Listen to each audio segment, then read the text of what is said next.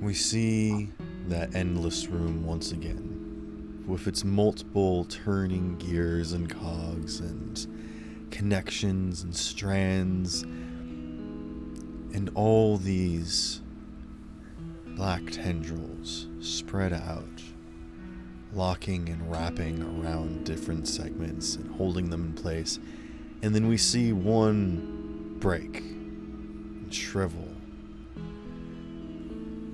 as it comes loose from its bindings of one singular connection.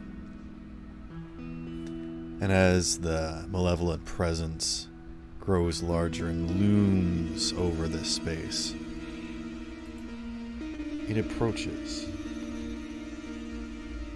and it observes this one spot. And though we cannot discern its intentions nor its mood, it is very clear there is much more work for it to be done. And we watch as several more of these connections spread out.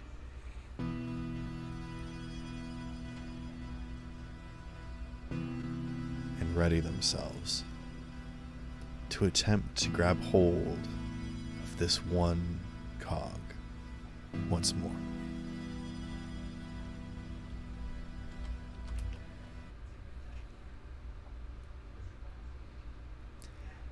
Joshua, it's been about a week since the first time that you met Malachi in that alleyway. Since he took you up to his tower and showed you all of his workings and different creations, and I'd like to think that you come and go as you please, probably sneaking in and whatnot, and him sometimes having to cover for you whenever you want to make your way in or whatnot. But well, I guess that's a good question for you. How do you mostly meet with Malachi whenever you want to learn more about the sort of things that he does, and whenever you seek to pursue his tutelage, how do you proceed with that?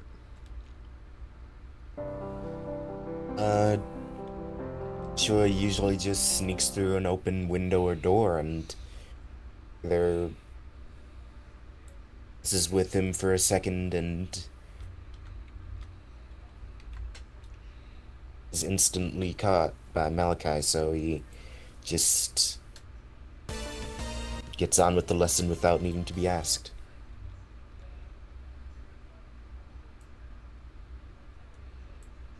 Okay.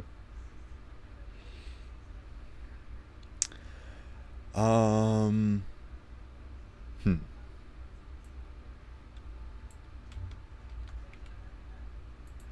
Trying to think of how I want to approach this.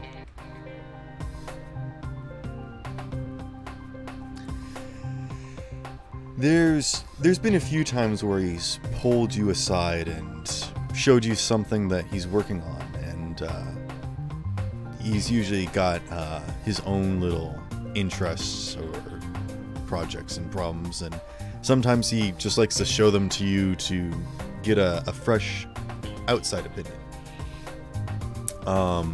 This time is different because he pulls you directly aside, and he actually asks you, what is it that you want to do? Have you ever shown any specific interest in the sort of things that he's been able to do?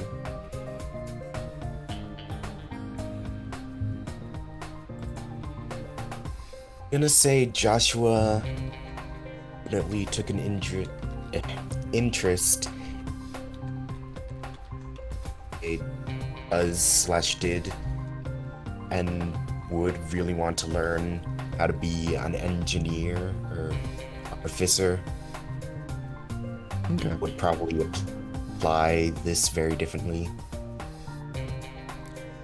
And why is that? what makes you so curious as to my skill set here? You seem like a very capable man with a different set of skill sets, or at least pursuits. What's changed your mind or intrigued you? Question out of character.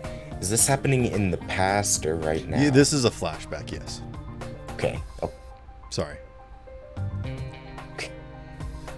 Joshua thinks about this for a second and says to Malachi with a bit of flourish, saying, "What's wrong with finding out a few new skills to add to an already mighty arsenal?" He smiles at that. Well, what would you like to learn?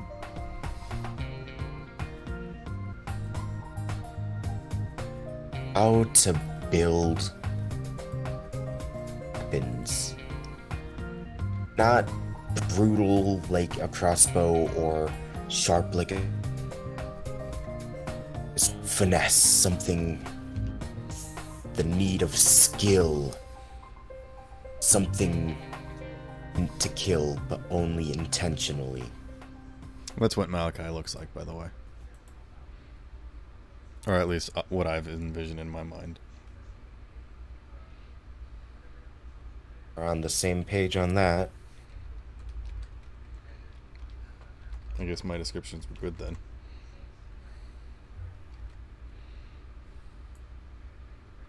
Always good. Thank you. I don't know why the bot stopped, but okay. Yeah, he shows you how to work with your hands and tweak stuff and change things, make something out of nothing, and in the process actually make something. And it's these moments like this that sort of build that connection, and from time to time you'll catch him off guard. You'll see him in the process of working on something or speaking to an official, and at times you feel like sometimes he doesn't enjoy his job and actually prefers when you come to visit, which helps you in your ego and feel a little bit better and feel less like you're a burden or prying. But he takes you under his wing and seems to accomplish at least some semblance of what you think he always dreamed, is imparting his knowledge to someone who actually respects and cares, rather than simply doing a task and completing work for the crown.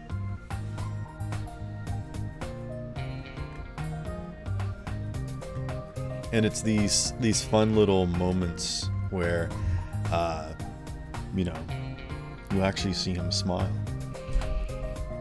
And you're taken back to that moment when he first met you in the alley, when he stopped you from your stealing ways and asked you several questions that seemed a bit obscure at the time, but were probing and decisive. Malachi saw something in you that anyone else probably would have overlooked. And I guess the question is, do you think Malachi saw in you what he wanted to see and turned you into what he wanted, or did he help surface something that you always had and really needed? It was definitely something Joshua needed and already had within himself, but was just buried under the gunk and ash. Just buried beneath all of his crimes, his evil doings. Was drowned out by smoke and Malachi relit his fire. If that metaphor makes sense. Okay.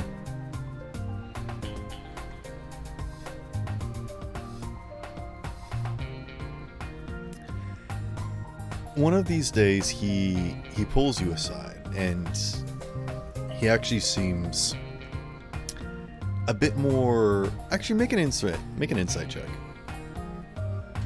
All right.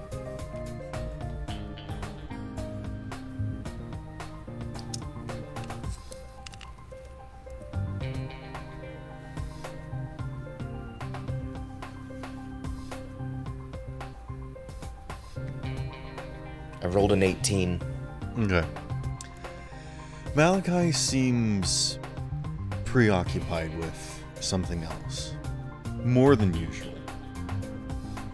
He seems a bit perturbed, and you're not sure if he's simply wanting to get his mind off something else, or if he is acting in such a way that is in response to something. But he takes you away from your normal meeting place, and even away from his normal working area. And you get the idea that there will be no teaching today. There will be, tinkering. He's pulled you away just to talk. And he looks you in the eyes and says, Joshua, what kind of person do you think I am?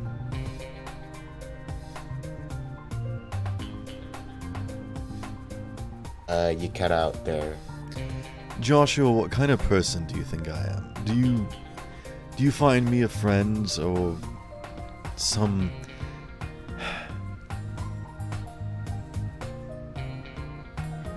Joshua thinks about this for a second and says to Malachi, a friend and a teacher.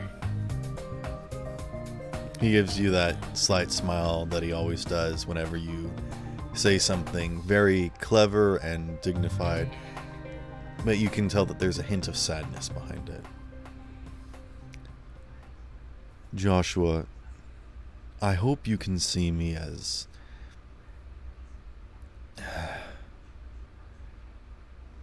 I suppose I'm worried that you will find me...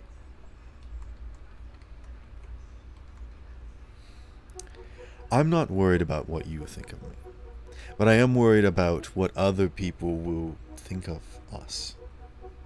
Specifically with my expertise, my job, my history, and yours as well. What would people think if they saw us coercing together? I hope that doesn't dissuade you or drive you to... I'm sorry. I'm a bit frazzled at the moment.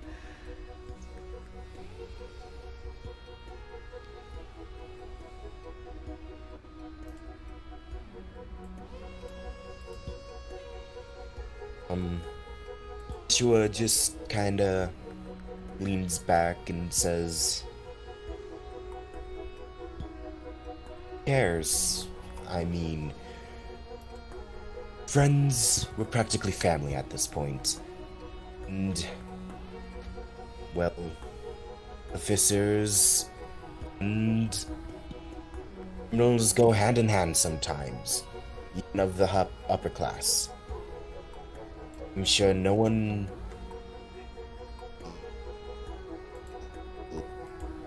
I guess, discuss it. Well, I'm glad that you can look above and beyond all of that bureaucracy, and I just want to say that I'm glad I got to meet you as a person. Got to speak with you as a person, face to face. None of this eggshell walking and beating around the bush because of... I'm just thankful that you've taken what I've said and taught to you to heart and not made it into a whole show trying to not step on each other's toes. I find it tends to help with the creation process and make things go by much simpler, smoother. And I do hope that you take it to heart. I hope you take my teachings and find a way to make use of them, but also to find your own way. Not just let my immense knowledge and techniques and that it become dust in the centuries to come. And he gives you a very sincere and solemn smile. And it's the very same smile that you see on this man in front of you. And you remember all these different moments in time when you met Medivh and or Malachi and understood different aspects about Malachi, and you know, this is the first time, well, this is the second time for you, but this is his first time, at least in this world, meeting you, and you recognize the same look that he gave you that first night that he saw you. And he just kind of nods and says, "Hello." Hello? What's your name? Joshua. The illustrious first mate of the vessel is referred to as the Stug. The Stug. He raises I'm an gonna eyebrow come- and gives a slight nod. That's a pirate vessel. I heard it went down not too long ago. Well, Earths come undead sometimes. I'm sure their vessels will too.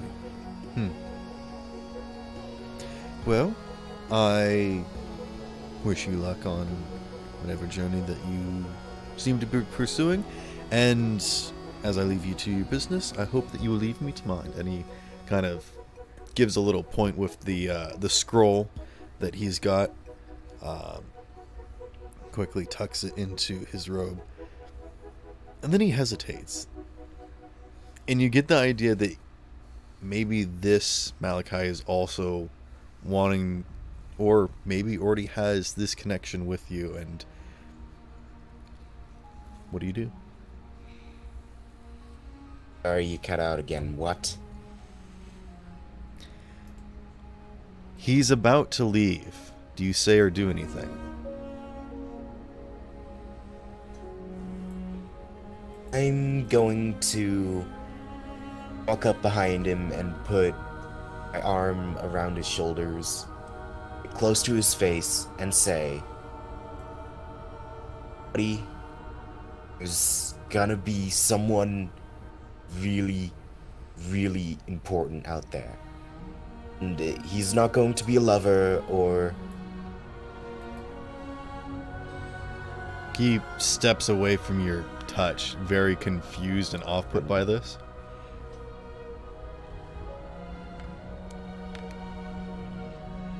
I keep him there so I can finish my spiel. No, he pushes away. And he said, "I'm sorry, I don't know who you are and what you are saying, but I must be on my way." And he turns to walk off.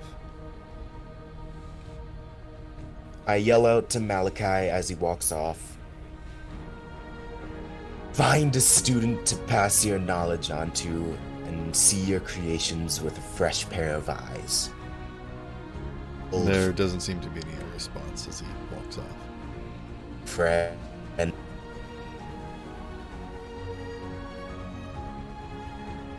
I will not quit assaulting strangers. It's important to Joshua's character.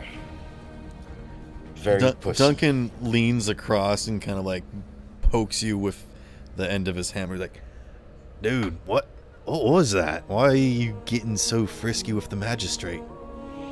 Connor leans into Duncan and is like, don't mind him, he's a little weird. Yeah, no, I know. Yeah. Yes, well, you can't be this illustrious and not be a tad strange. Yeah, actually, you can. You can just choose not to be weird. It's not that difficult. Like me. Well, It's like asking Connor to decide on what exactly he is. I'm Connor. What other kind of identification would I require? Connor.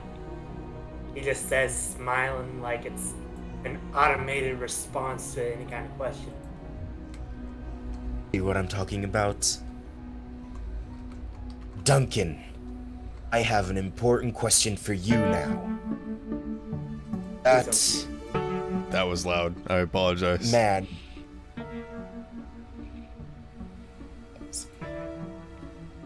Here. Continue. Yeah, what can I do you for? I require certain tools and materials to create something never before seen in this world, and I doubt will ever be seen again. He raises an eyebrow. Alright, I'm intrigued.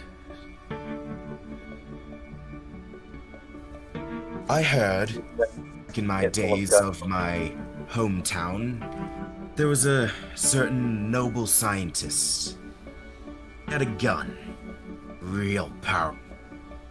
What's a gun? Not. It's like a flintlock, but better. Well, you know me, I don't really get into that sort of neat little metalwork. I do big bronze works, I do bells, I do horseshoes, I do plate mail, and I don't do chainmail. Oh, but this is not a delicate. This is not a delicate creation. Will shatter stone. Does that have anything to do with this here thing? And he's pointing to the exploded arcane barrel cannon that you have. This is a creation much more suited to me. Duncan leans over to Connor. I'm sorry, you'll have to forgive him. He likes to monologue and narrate his own laugh a lot. Yeah, he certainly gives that impression, but you'll never believe this. These people are like singular individuals. There's not a bunch of other versions of them. It is so cool. You wouldn't believe it. It was as if they're their own individual person in their own individual moments. Duncan stares at Connor and slowly leans away as he turns his attention back to Joshua. Connor's like, what? Y'all don't see, like, half a dozen versions of other people? I kind of assumed. Only on Thursday nights. Why? What's so special about Thursday? Half off price on the local mead. Oh, is that the weird drink that they serve at that place over there? Anyways, continue, Joshua. Alright, well, since Joshua got interrupted, he's just going to simplify it because I don't feel like taking up the whole hour from everybody else. Okay. Joshua says to Duncan, with a conniving smile and pretty... You could just say it. A bit darker. Okay, fine. I'm going to need you to forge me certain metal components. You will be paid handsomely. And It's going to be a really, really cool, epic creation that's going to bust shit up. Oh, you mean like a When you in- montage? Oh, hell yeah, I love montages. Thank fuck I did not think I could talk for another 20 minutes about this. Alright, and then you guys montage. Can Connor go off and look at a mirror or something? Yeah, we're about to get into like downtime. I just sort of wanted to prompt each individual person and figure out what they wanted to do. Oh yeah, sure. Sorry, I was just trying to make. Sure. Yeah, no, go, Connor. What were you thinking? What were you? He approaches a mirror and looks at himself. He, Okay. as far as he can recall, which full disclosure, he doesn't recall for a long time. Who was he before all this craziness started? Last thing he remembered was getting punched in the face and waking up in the woods and carrying on like he always did. But beyond that, he doesn't really recall much. But then he thought back to that room he was in with the tentacle and all that and that weird light. It felt like somewhere where he really had to go, but he can't recall or explain why. So I guess he's trying to look at himself and try and see if it sparks any ideas for him. Roll me a d20. A D20, alright. D20, right? Yeah. 18.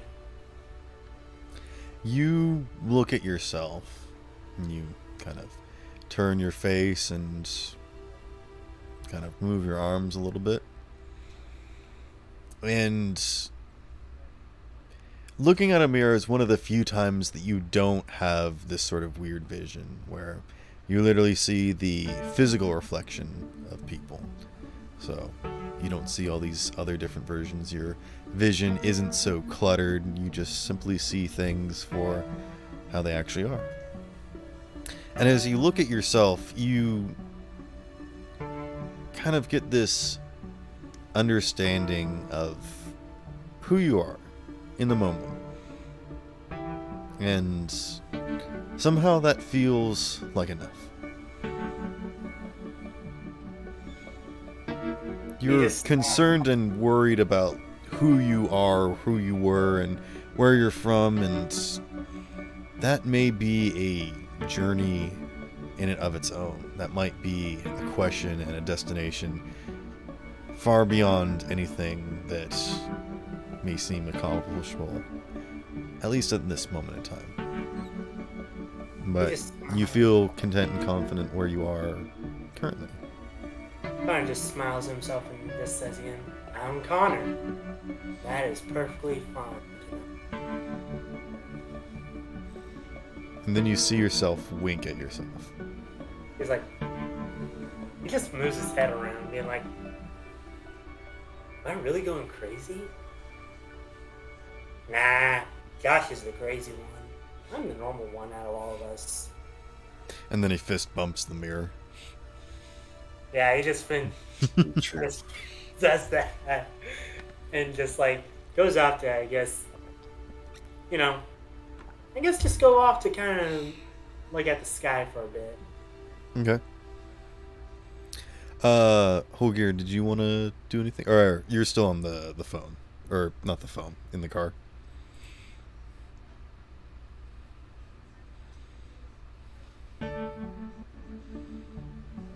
Yeah. Let's see. Let's do this then.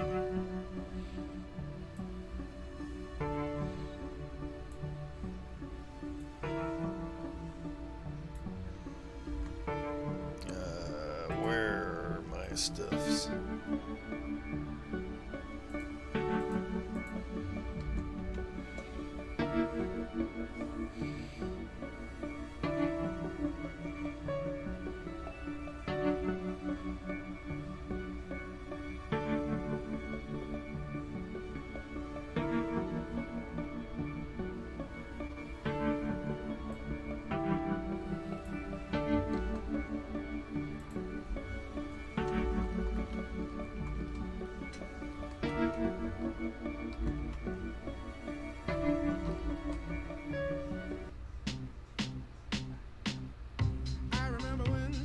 What? What is happening? I don't know, but it's funky. What? What? What happened? I, Connor Lone Roar, approve this song. What's happening? That was weird. I don't know what happened. It just hit like the radio, I guess, for a moment. Okay. Talia, you are thousands of feet below the ocean's surface, in a darkness beyond the water, in an empty space where nothing exists except for you and a voice. How are you thinking or feeling at this moment in time?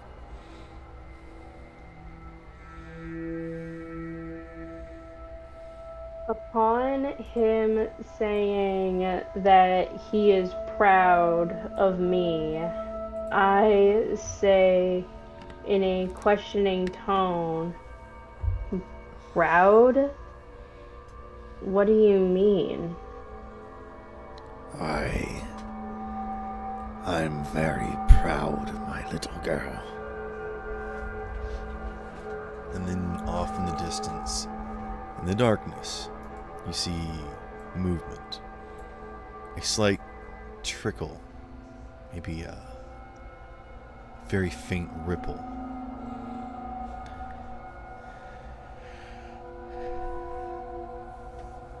I'm sure you have many questions. But of course, none of them can be quite answered so simply.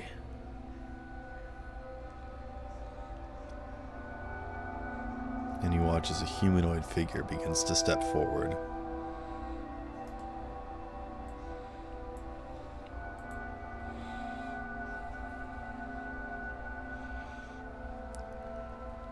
It's been a long time, Talia.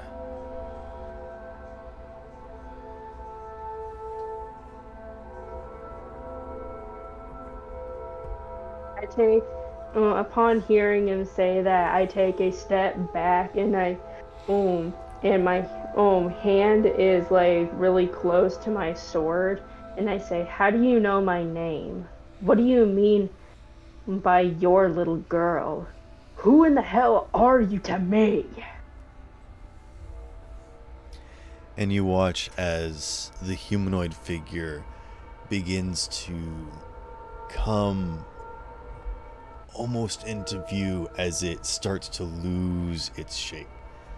Its form begins to change and writhe as these different parts are not connecting to a bipedal form, but instead are vague shapes that almost seem to be abstractions or connections to tendrils of some other vague creature. The sea is not ours, Talia. Creatures such as the king make the sea what it is. You must understand that. For without creatures and monsters to guide us through these waters, to define the edges of the world, and give us goals to reach, enemies to defeat,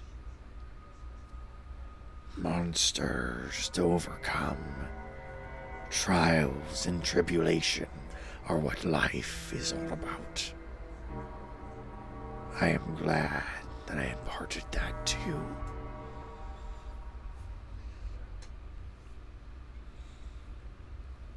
And as this figure begins to move through the waters, you realize that whatever this figure was is not humanoid. and seems to intend on not withholding its deception of its presence from you. Your eyes are wide, child. You can see the truth. You need only look.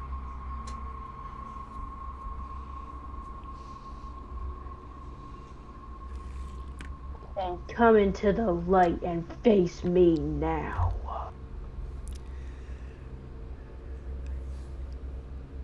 Light does not exist, where is there not darkness to hold it? You have come to the sea.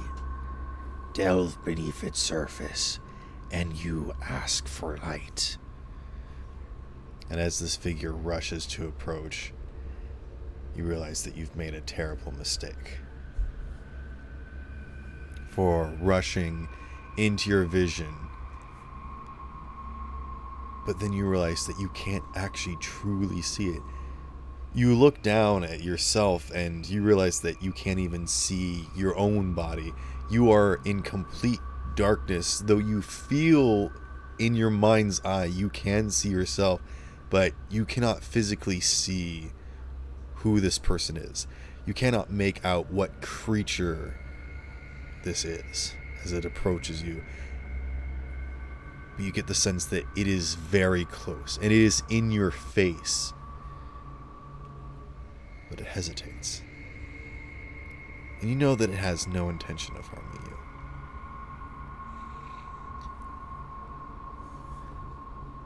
There is no light in these waters. Not even darkness can escape these depths.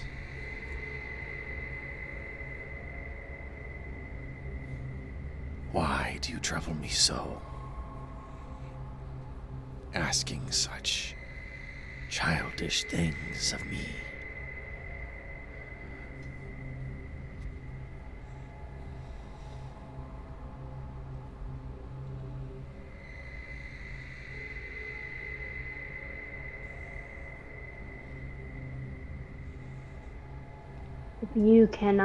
If you can't answer that, then at least answer the question as to who you are to me. Why did you call me your little girl? As this being moves backwards in the water, you feel a smile slowly play across their face as they look down at you.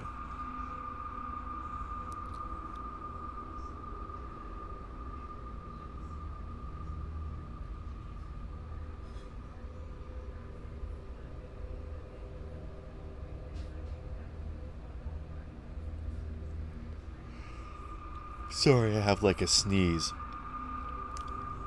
Ah, shoot. Hold on. I hate this. I'm gonna take a quick bathroom break. Oh, shoot. Sorry. Bring the best.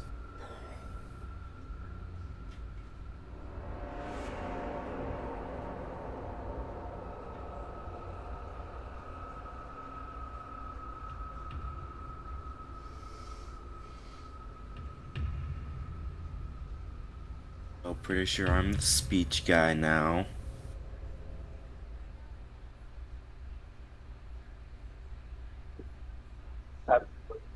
Would like to go on very long ranting statements about nothing.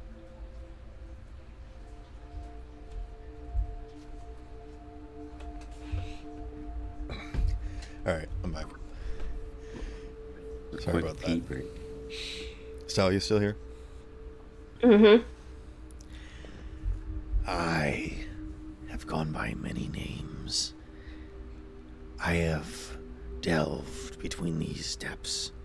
I have encircled the world, seen sights, been referred to as many things. And while none of those names would mean anything to you. You wish to know who I am, when I have already told you who you are to me. What I am to you is up to you now.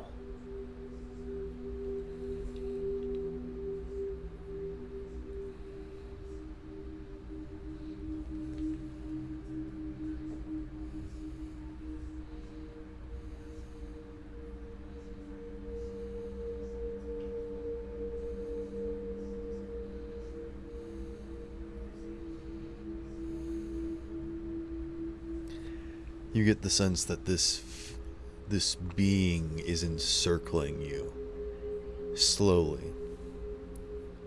You get the sense of absolute massiveness of this creature.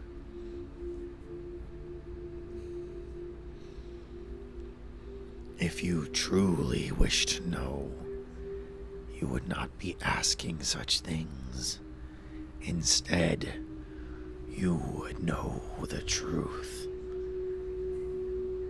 For all you ask to do is look.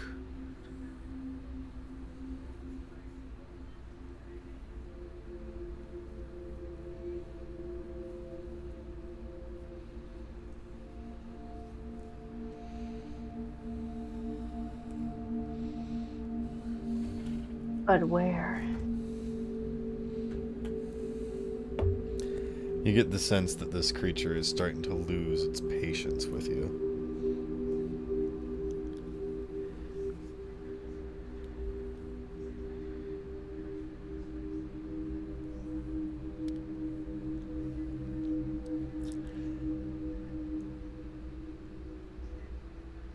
To understand and learn, you must first spend your time, your energy, turn your head to face towards that which you seek. You must journey to find, and you have made yourself here. Why do you not look?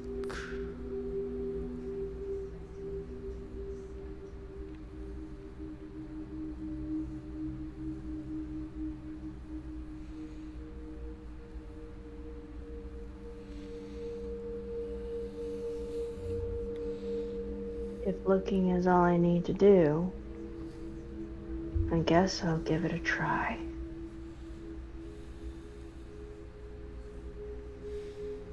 Roll me a d20.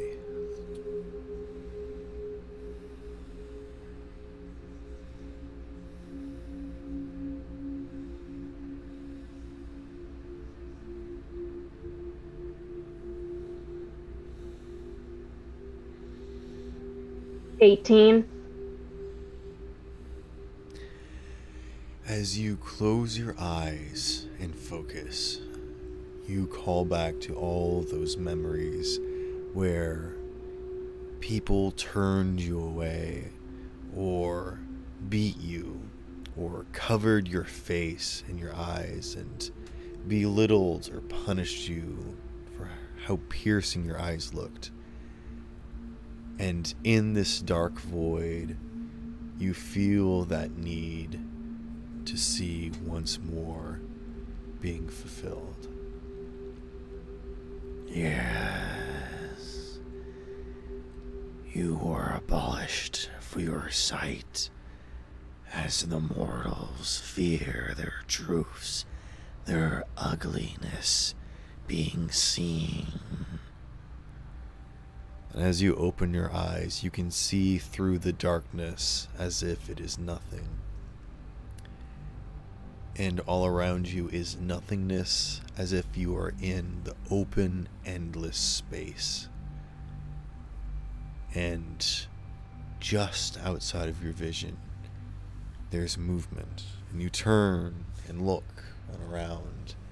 And then suddenly coming into view, all around you, is a massive serpent. And as the head moves into position in front of you, Yes, my child. I am the Alpha, the Omega, and everything in between. and you watch as its serpent body makes an infinity symbol. I have gone by many names, used different mortal words to describe myself, as I am seen by all, feared by everything. But in the ancient times, before even the dragons roamed, I was known as Jormungandr.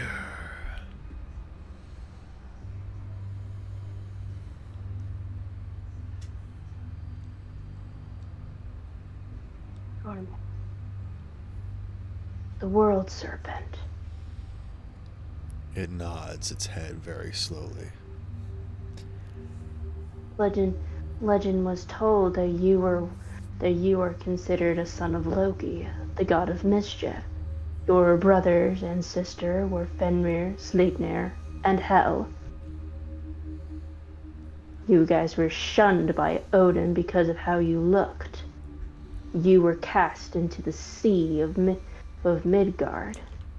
Your brother Fenrir was bound to the realm of Fen, hence the name. And your other brother Sleipnir was merely used by Odin. Hel was cast into, well, Helheim itself. Oh, jeez. Look whose session 0 it is.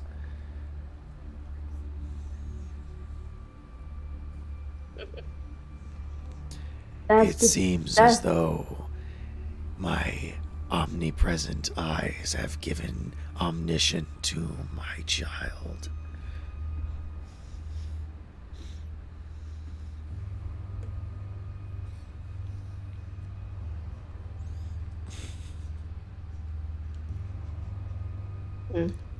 For real, though, that is merely one story of who I am.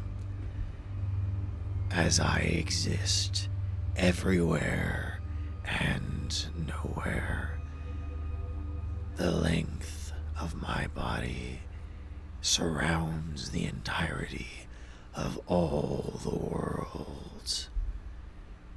And it is time for you to assist me in my work. The very balance of the planar system is in peril. The earth tree crumbles. Its roots grow thick and tempt to break the balance. You, my child, must seek vengeance.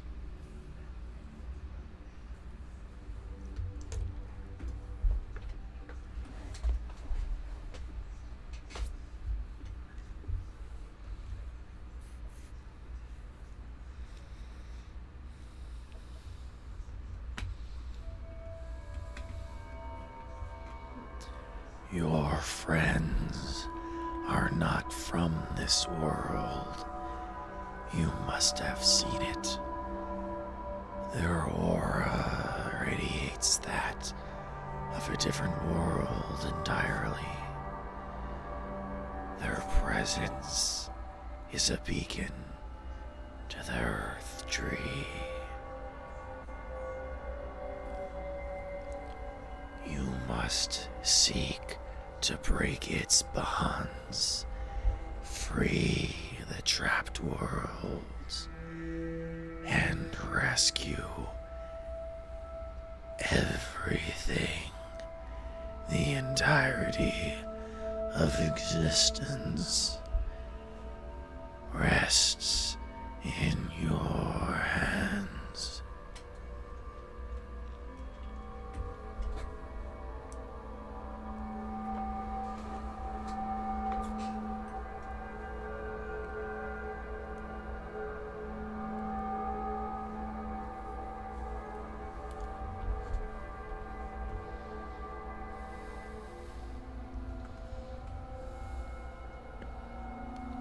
What should I need to do?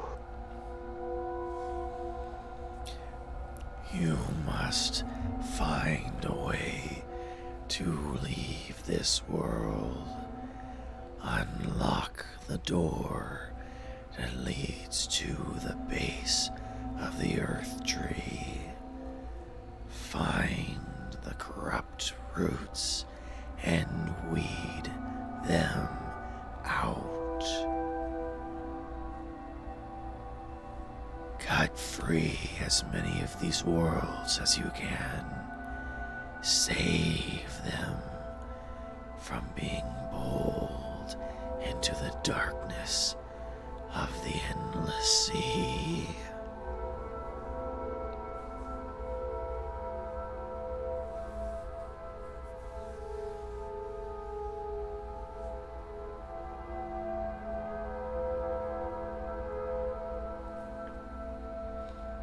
As thy wish, Normangander. Or should I say, Father?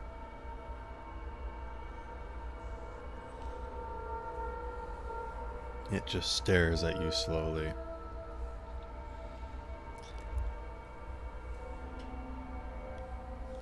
I can sense that you still have much to learn, to uncover, and that you will seek out yourself. For I have many answers. I see everything. But I know that you enjoy a challenge.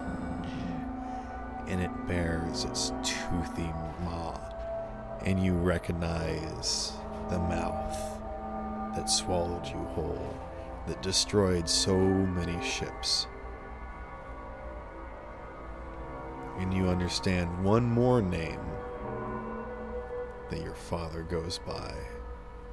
In the world that you were born, he was referred to as the King of the Undertow.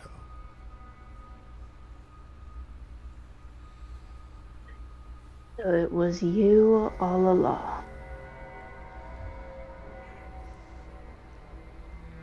His smile shrinks a little, but stays smiling.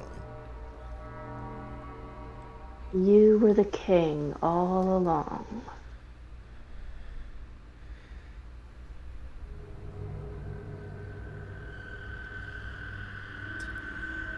Those that seek adventure must always be rewarded.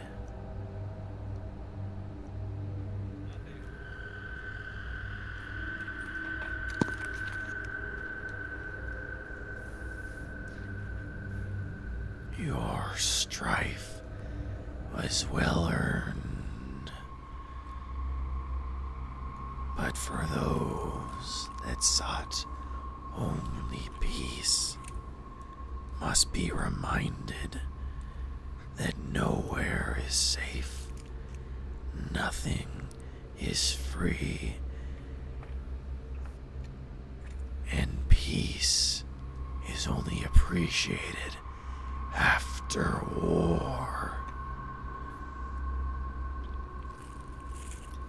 The time for rest has ended.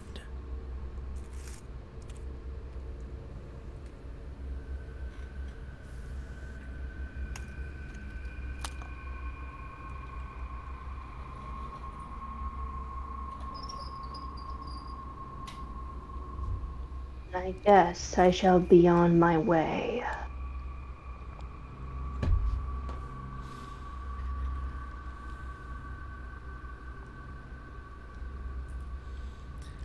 Before you go, your mother wanted you to have something.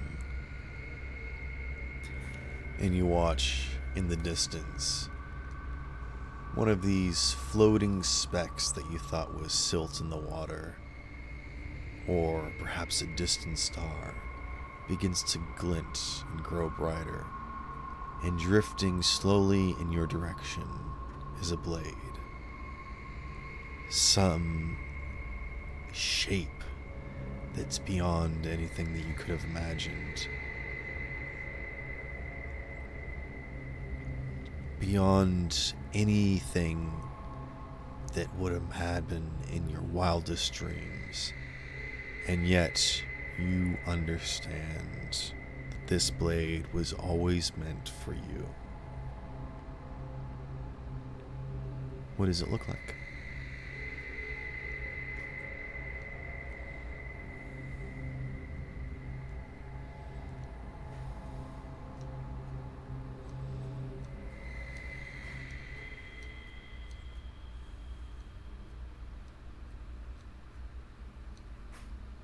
Talia? Yeah, I'm still here. Just.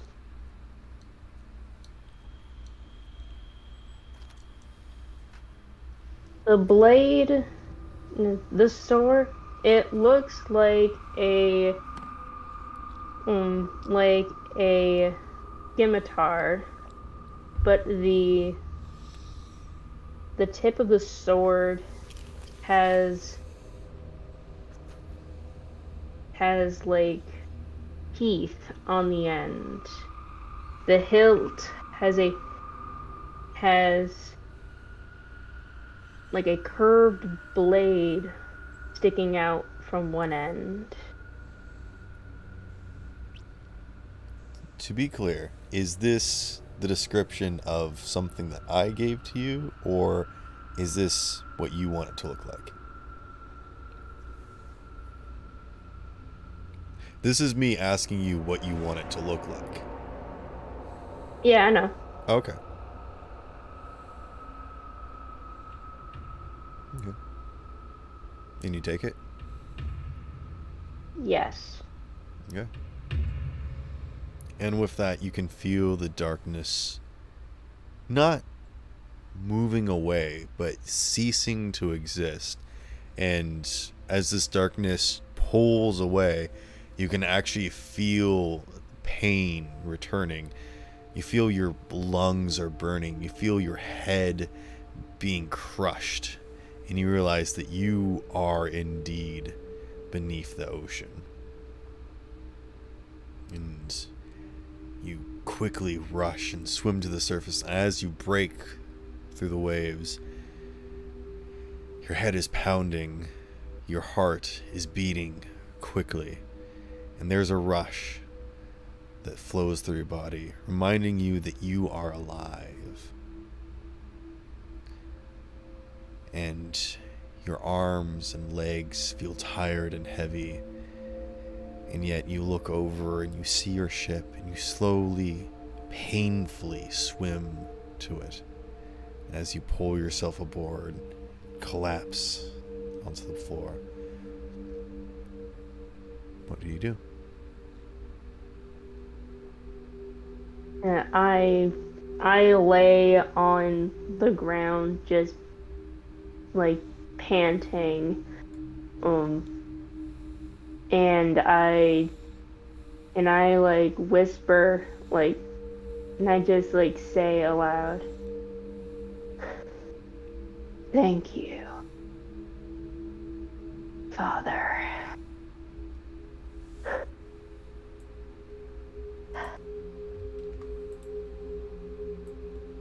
Okay.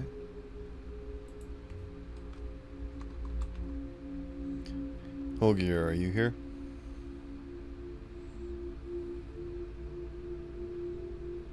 Apparently not. Well, Jack, you're here. You wanna? Yeah, I'm here. Do you want to do your thing? We basically just picked up where we left off. Okay. Connor talked to Duncan. Joshua talked to Malachi in this dimension. Talia talked to her father in the ocean. What would you like to do? I would like to take some time to look amongst the islands and the various places around and find enough herbs and natural ingredients to make a really good poisoner's kit. Okay, so you're just scrounging from the natural stuff. Until I can't find anything else that would need, then I might have to go buy if I need to supplement. Okay. Yeah, I'll say that takes some time, but really doesn't require that much extra effort, and any of the extra stuff that you do manage to scrounge up, you can trade for stuff. So, yeah, that's quite easy to do. I'm not even gonna require a check for that. Cool. So that's basically setting me up for what I want to do whenever we level up next time. So. Okay. Is that an actual item that you can add to your character sheet, or is that going to be part of your class? It is an item that you can add as a poisoner's kit. Okay, yeah. I mean, you have to get proficient with, which I will be once I hit my next level. So. Cool. Okay. Maybe we can come up with some story reason as to why. Yeah. What were you going to say, Holger? Just letting Flipperjack know we are level 3 in case that was what he was waiting on. Okay, I'll take care of that then. Okay. Alright, Holger, what are you up to? I am returning the bounty for the marionette. Ah. He discreetly told us the wrong ship name, the Martinet. So you're going to go meet up with Morgan at the high rise? Yeah, and I think I'm going to scout out the rest of the shipwrecks as best I can from the shoreline. Okay. Let's have the meeting with Morgan first. Yeah. Let's see. By the way, how is my mic quality? These are new headphones. Kind of bad. They sound pretty far away to me. Okay, let me swap to just my phone. How does this sound in comparison? A bit Way better. louder, but still not great quality.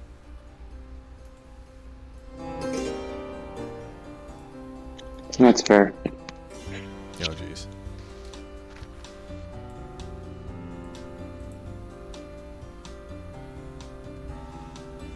Actually, Morgan probably wouldn't be at the high rise unless you wanted to wait until he was there, since you don't necessarily know where else to find him.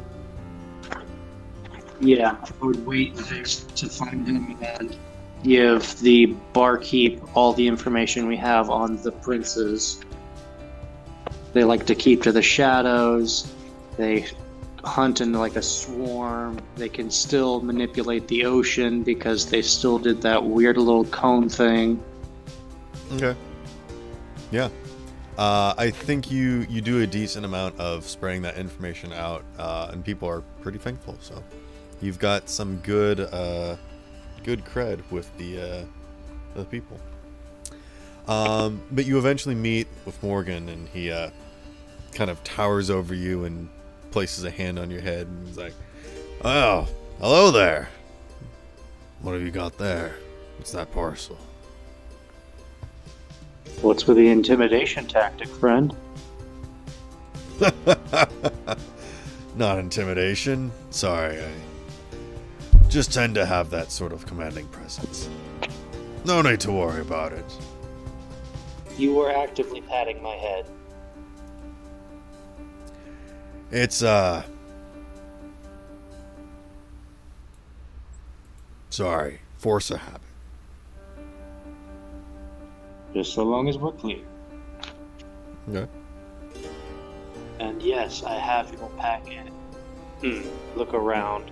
Make sure we're not gonna get overheard. I have your item from the Martinet. He reaches for it, but when you say the name, he freezes. The Martinet. Boy, I told you my ship was called the Marionette. The Martinet is my brother's ship. Your brother's ship with the identical markings that you gave me. That's why I gave you the name of the ship, you see. My vessel's the Marionette. His is the Martinet. Well, it seems like you've gathered something of my brother's, so, you want to hand it over to me, or do you want me to introduce you to him? I'd like to be introduced, if you don't mind. Very well. Follow me. And he gets up and walks over to a table and asks a couple questions of a few people. Like, he's not here with his crew. Well, you want to go scouting about town together, or are you too intimidated by me?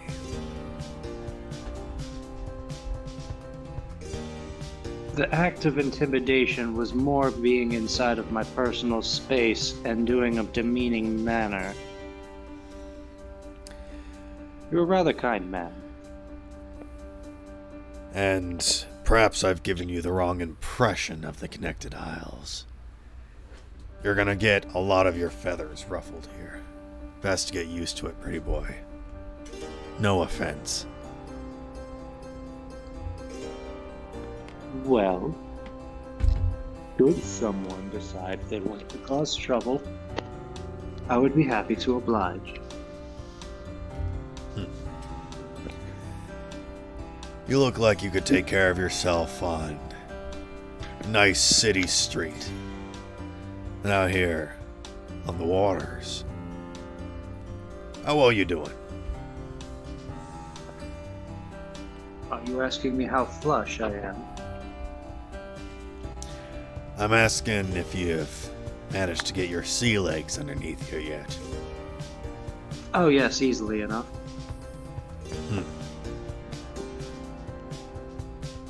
I was honestly surprised at myself at how long I could hold my breath.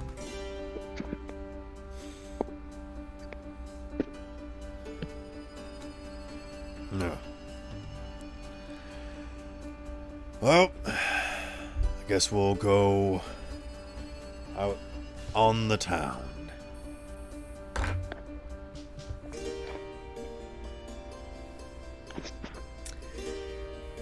So you walk with Morgan? Yeah. Okay. He makes a decent pathway through the streets. And as you do so, you eventually make your way to a barber shop. And he says, Hogan, gotten something for you.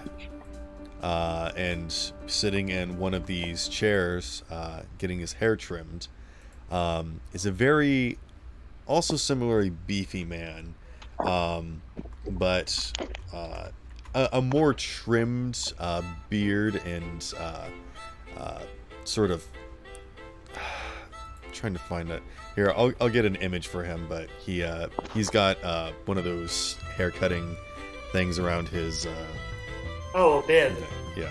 Or no, an apron. I don't remember which one it's called, so I didn't. I think it's an apron.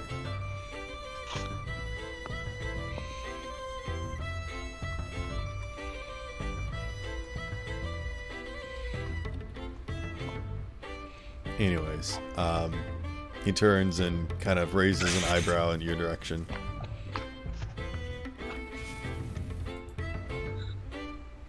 I have an item delivery, fresh from the captain's quarters.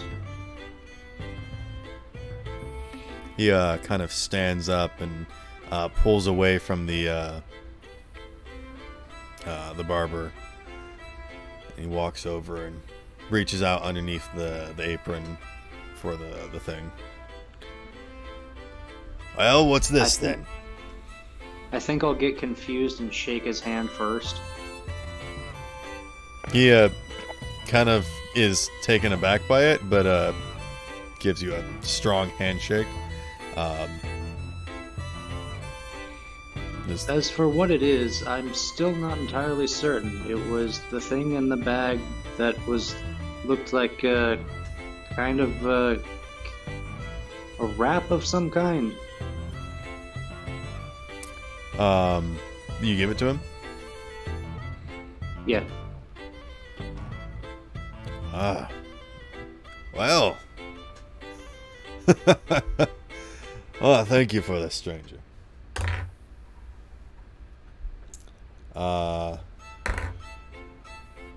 He pulls out 5 gold and hands it to you. I appreciate the contribution. He pulls away the parchment and kind of shakes off the salt water that was inside. Well, waterproofer didn't seem to be working too well, but it's a collection of mementos. I like to keep track of journeys and destinations and sights and sounds. I like to keep little things. And it is just like kind of like a big folder with like it's a giant tome basically. And in the pages are like they're like sleeves and like it's kind of like a real big Did I find this guy's scrapbook? Yeah. Oh yeah.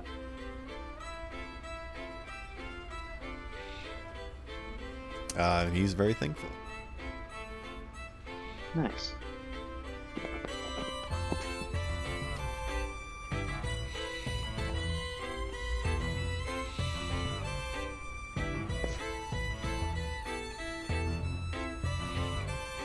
Alright.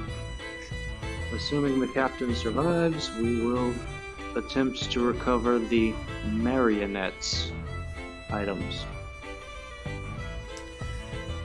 Yeah, that'd be appreciative if you could do that. No rush. Don't worry about it. I would strain yourself. Perhaps. But it's always good to get some exercise. Though, preferably without large fish trying to eat my face. That would put a damper on any of your diving trips.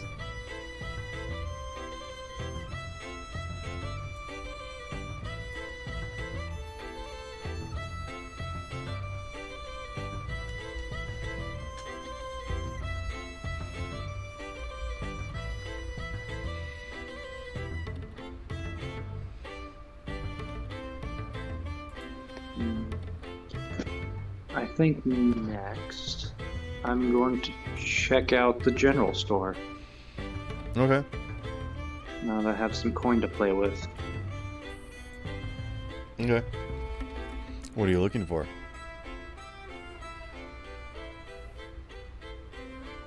Standard clothes.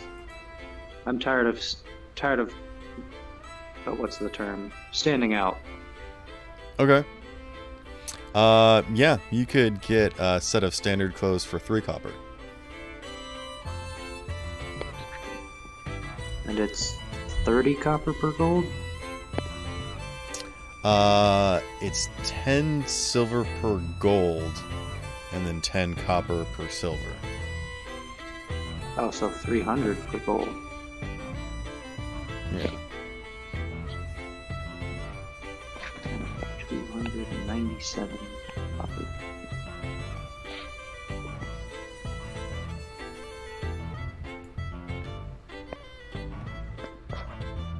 I'll also make sure to stock up on foodstuffs and actually get like a backpack. Okay.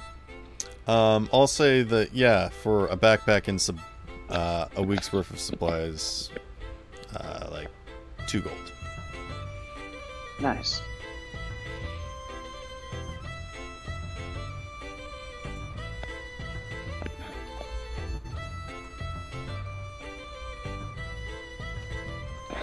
Okay.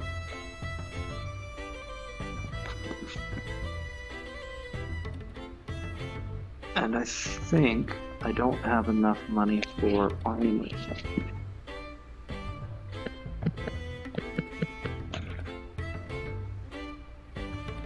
Yeah, that would have cost 10 GP. What would have? So, leather armor, base leather armor is 10 GP. Oh, yeah. Unfortunate, but I'll see if they have any like eyeglasses or like spy glasses. Oh, yeah. 2 silver. Nice. I'll give him 20 copper pieces. I can't find an image.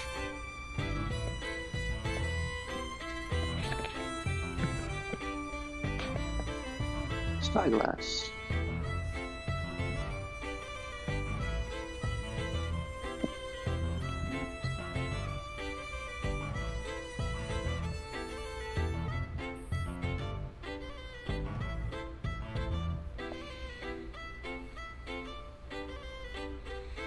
Is there anyone else that wants to do any downtime activities? Can Connor try looking for looking for Talia again? Okay. I think I'm just gonna be taking a freaking nap on the boat. I'm tired of shit, man. Figured, but still, we don't know where you are. I'm very concerned by the fact that for some weird reason I can't see. For some strange reason. Honor have wizard eyes. What do you mean you can't see? No, I was just thinking of something else, sorry. I'm very confused. Sorry about that. Everybody is confused. It's Connor. Sure. I feel like that's just gonna be the explanation to all the weird shit I do. It's Connor. I mean, you are I will Connor. send you a t-shirt. Yeah, we should make a t-shirt. It's So the next day you go back out onto the water and searching for Talia? Yeah. How do you do so? Oh, I can use my spyglass. If you would like to invite me. Sure, come along. More the merrier. Like, Or I would also more like to be a part of this expedition.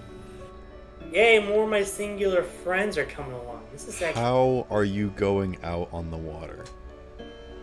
Well, I'm just going to appear to try and see if I can spot her ship. Oh, gotcha. Alright.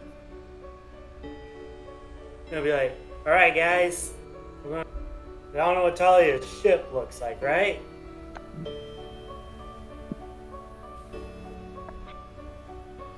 Yes. I mean, at this point, it's more or less see if we see any ship that's out there that hasn't been immediately sunk. Good point. So Talia is as good at steering a ship as we are, or hopefully better. It's a 50-50 shot. I'll take those odds. You're not much of a gambler, are you? No, I am not. I have never gambled a day in my life. I'm actually quite curious about it one day.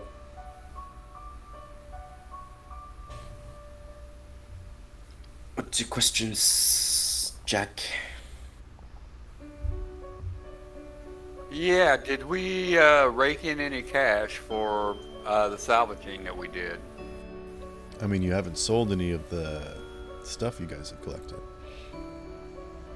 Oh, okay. Well, we need to do that. We got a few 'Cause I chests. think we That's probably true, all you use guys some got some equipment. chests.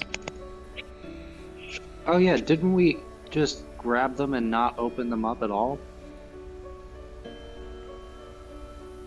Somebody failed to be Let's able to wait until unlock them out on the Talia water. gets I don't know back. who that guy was, but Wait, what? Jack's fingers were too slippery on the choppy waves. Perhaps back on solid ground, his dexterous fingers will be more solid. Maybe Connor can help. But yeah, there was one sort of locked chest, and there was 2 smaller chests. Both all of them are watertight. One of the smaller chests seemed to have been damaged a little bit. The lock would seem to have been damaged. And the big one seems a bit tricky or intricate, and not of a design that Jack recognizes. Seems to be one... what's the word I'm looking for? Singular? Or unique to this world. That's what I was saying. Couldn't I just milk the lock with my fire? And risk burning the contents? Well, the only problem with that is the wood around it's going to burn first. I was gonna be like, wouldn't that burst the wood on fire? Hold that thought. Holger's gonna run to the general store real quick and buy a crowbar. Okay. There's a general store here. Yeah, crowbar. I don't know how much a crowbar is, but I think if you add it to your inventory, you can see how much it costs. 2 GP. Oh, 2 GP? Well, that's the standard cost, but I don't know about regional cost. I'm gonna say that it's probably like 2 silver. I am much happier about that. Yeah. That's expensive. Again, this is just sort of like almost like a handheld crowbar. This isn't like a 3-foot crowbar, basically. Okay. If that makes sense. It's a pry bar. Okay, I will run back down as I show up wheezing, because I do not have very good cardio. I will hand the crowbar to the strongest individual, which is probably Joshua.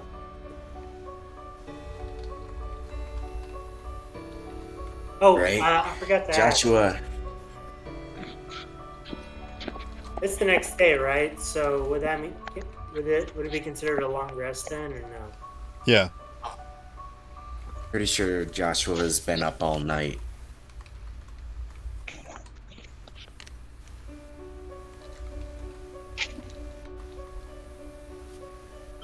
I don't know how to spell Malachi. Malachi. He got it. Malachi? No, Alex? Malichi. Malachi. That doesn't look like... That looks like Malichi. I don't know how to spell it. That's how you spell There you go. Malachi. That's right. Malachi, I'm pretty sure Malachi is just a derivative of Malichi. Or Malachi. I don't know. That's what I got. So yeah, Sparrow, it is considered a long rest, correct? Yeah. Okay. I just wanted to make sure before I did.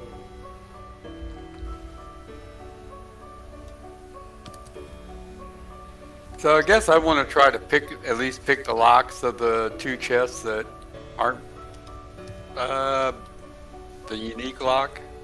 Okay. Do you want to start with Can I the get a normal one or the warning? damaged one? I'll start with the normal one. Okay. Can I give him the bardic inspiration so when he picks the Sure. the strange lock, he has advantage on it? Has a chance at it? Yeah. Right. What's your plus for your bardic inspiration? Is it a D6 at this point? Let me check. Let's see here. Yes, it's a 1d6.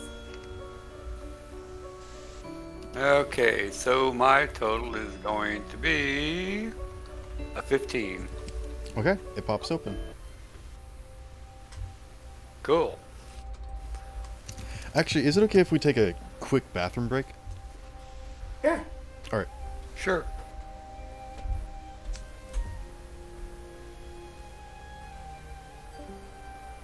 Dude, maybe I need to drink more water, cause... I don't know.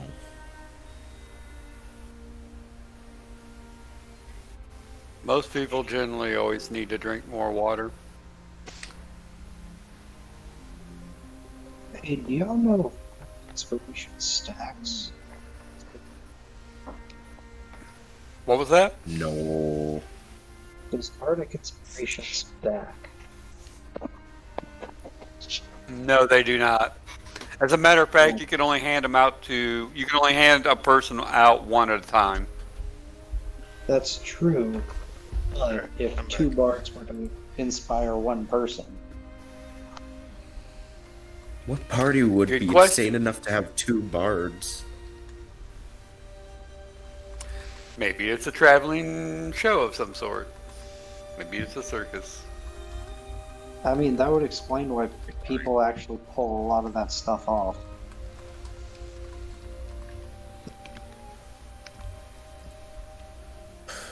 Headphones are all tangled.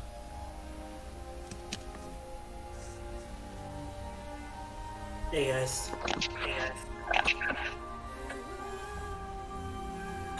Deus Ex Machina. I'm kind of glad I gave you that inspiration. I will say though that you can give somebody an inspiration, have them use it, and give them another one. Ooh. Who's repeating? Everyone. Only me. I unplugged. It's okay.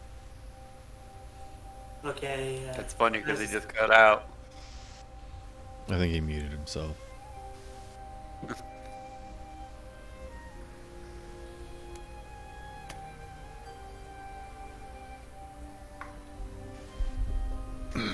Okay. Who was saying what? Who? Someone was answering someone else's question when I came back. I said it's a good thing I gave Has you the that. memory of a goldfish. Yeah, I have a Bardic brain fish of a inspiration. We were memory. discussing. Can it be stacked? No. I would think about it, considering that it's 2 different kinds of bards, giving different inspiration. But I'm going to say, just for just a blank statement, no.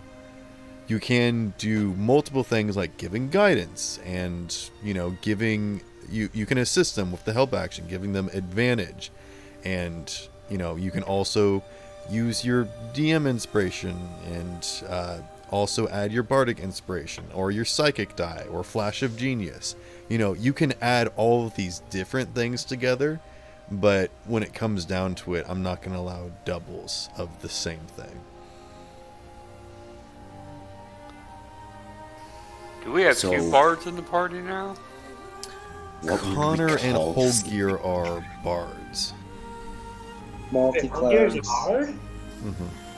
I am now. Oh, cool!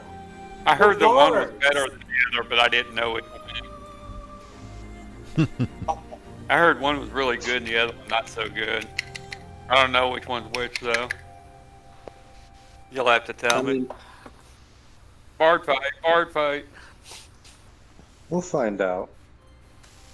Connor's like, alright! Just sucker punches him right in the face. Joke's on you, I'll cast Oh the no, shield. Connor is the better bard. And then I'll flashbang you with gayness with color spray. Because what you know, I'm a sexual asshole.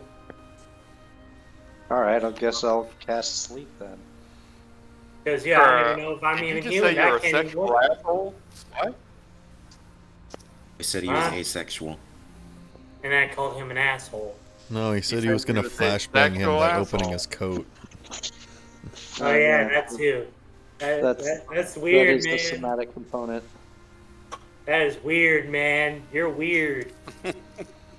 And Holgear, that's- you still need to go Oh. to the alternate dimension to Barovia in order to get your flashbang.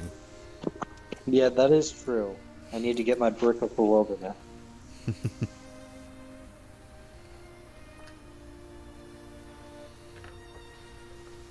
So, can So Connor we should attempt to, or at least I should attempt to open that other chest. Oh, yeah, do you want the Is that where contents of we're the small chest? I can start typing it up if you want to roll. yeah, just send it over and I'll add it to the notes section. I can do it. What? Oh, alright. Okay, so I'll go ahead and roll for the other chest then. Yeah. Oh yeah, you already used your inspiration. What'd you That's find in okay, the I got a chest? 27 anyway. Oh, geez. Okay, give me just a Okay. moment.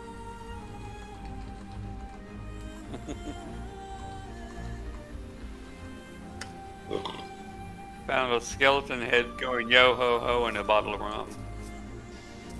Connor's just instantly in love. If they That's a find good something run. like that, Connor's just going to instantly fall in love with him and be like, "This is my new pet now. I'm naming him Scully. He's following us from now on." Oh, please don't. We already have another dude in a different campaign that carries a skull around. To be pick up or Scully. not, I to be or not might to be. want to kind of add into this that he uses it all the time to get the DM to give him information. I Yeah. don't know if you ever noticed that or not, Sparrow, but he basically uses that as a conduit to get information from you. Right, and that was sort of the point of it, because he is an NPC, and he actually really doesn't use them as often as he should. The thing is that he can't really use that to metagame because he is an NPC, so his information isn't infallible. Ooh, potion of slipperiness. Correct. Okay. So that 25 was the second small chest. Yeah, the 27. Yeah. Okay. Yeah, that also pops over the second small chest. So let me put that one down. Cool. You guys want me to try the big one before you have to bust? That's like in the big one. I believe in you. You can do this. And assuming you haven't burned your...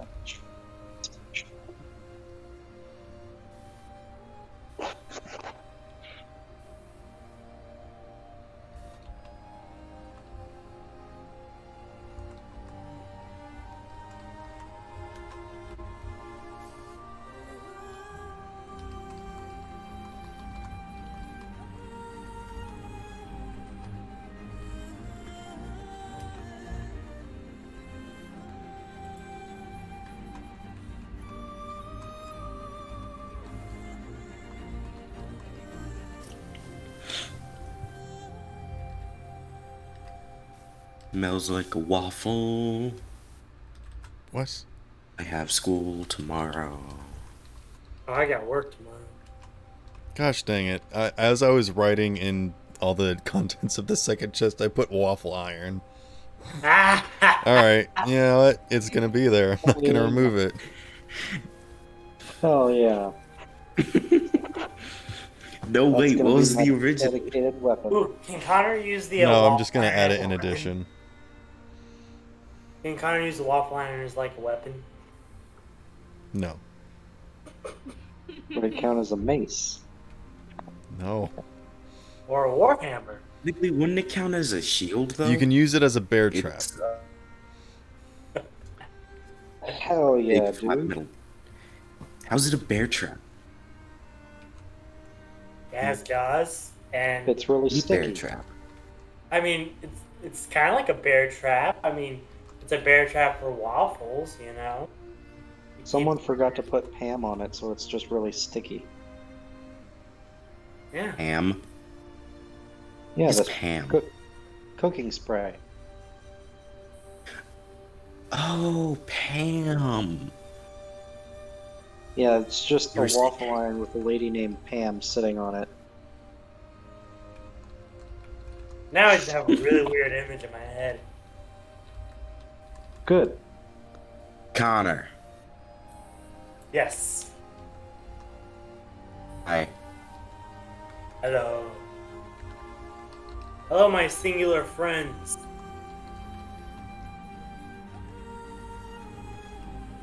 Next session, we're going to go adventuring some more.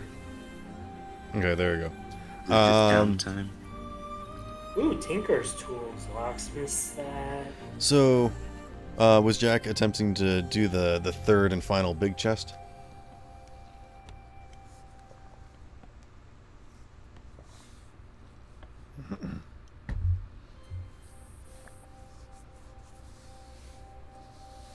Yeah, he muted himself. And he's oh. I call the Tinkerer's tools. I said the natural 20 was playing around, and it gave me a natural 20 for a 28. Ooh. Okay. Yeah. It also pops right open. As soon as it does, the chest unfolds into a table. Oh, cool. Hey, that's pretty dope. Oh my god, it's a porta. Little table? And now that these chests are unlocked, you can use them basically. So you can close and lock these chests, and you won't be required to make a check to open them anymore. You can basically rekey them or whatnot. Wait. Could I take the chest that unfolds out into a table and use that I gun components and stuff? I mean, it looks like it's got these different sort of sections and almost like a little kind of shelf thing that you can store out little stuff on it. Yeah. It looks like all this equipment was not just for an inventor, but someone that actually made stuff on the go. That's what I do. I make stuff on the go. I will. Yeah, Everybody I'm okay going to with say me that, taking the porta chest? I mean, if you want to gather more parts and whatnot, that's up to you. But if you want to go ahead and start crafting, you can do so. I am going to require a check, and I'm going to ask what parts are you attempting to use and what are you attempting to make, and then depending upon the path that you are taking and the destination, I'll figure out the DC, and then yeah, you know, like when you play like a video game where you attempt to put items in and then you output, and then it's just like a % chance of you succeeding or like just completely destroying those materials and whatnot. So if you put in better stuff, you have a better chance of actually succeeding, and if you put in junk, you're most likely just gonna destroy it and trash it, basically.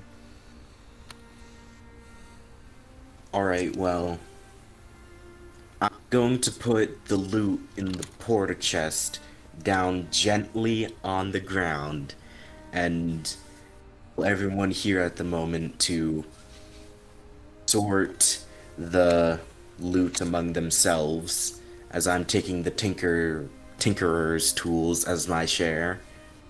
Alright, is everyone fine with that if he tanks the Tinkerer's tools? Sure, I mean, he is an artificer, so if he wants to take this tool, that's fine. I'm going to remove those and go ahead and add those to your character sheet. Ooh, can I try to Right. take potion of slipperiness and water breathing? Does anyone object? I'll take the red velvet sash if you guys don't mind. Go for it. It doesn't go with my style anyway, so yeah. Given Slippery Jack's lack of being able to deal with being underwater, I'd kind of like to add that potion of water breathing. Nobody else wants it. Well, I was taking the water breathing and slipperiness. But if Well, you want so- water breathing, I can take Oh, slippery. okay. Since he's already slippery, how about you have Nah, the go ahead, potion of Nick. slipperiness, and he'll have the potion of water breathing.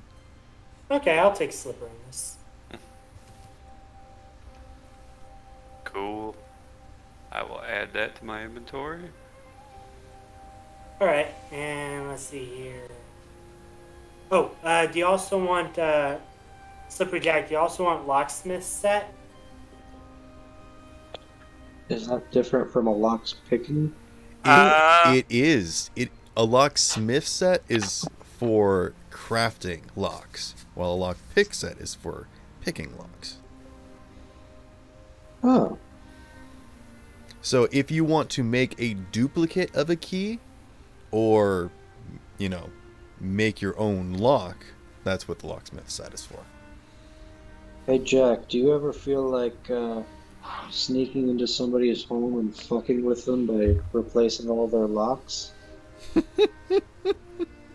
Oh, I've never done that before. Is it fun? I That have would be no rather idea. amusing.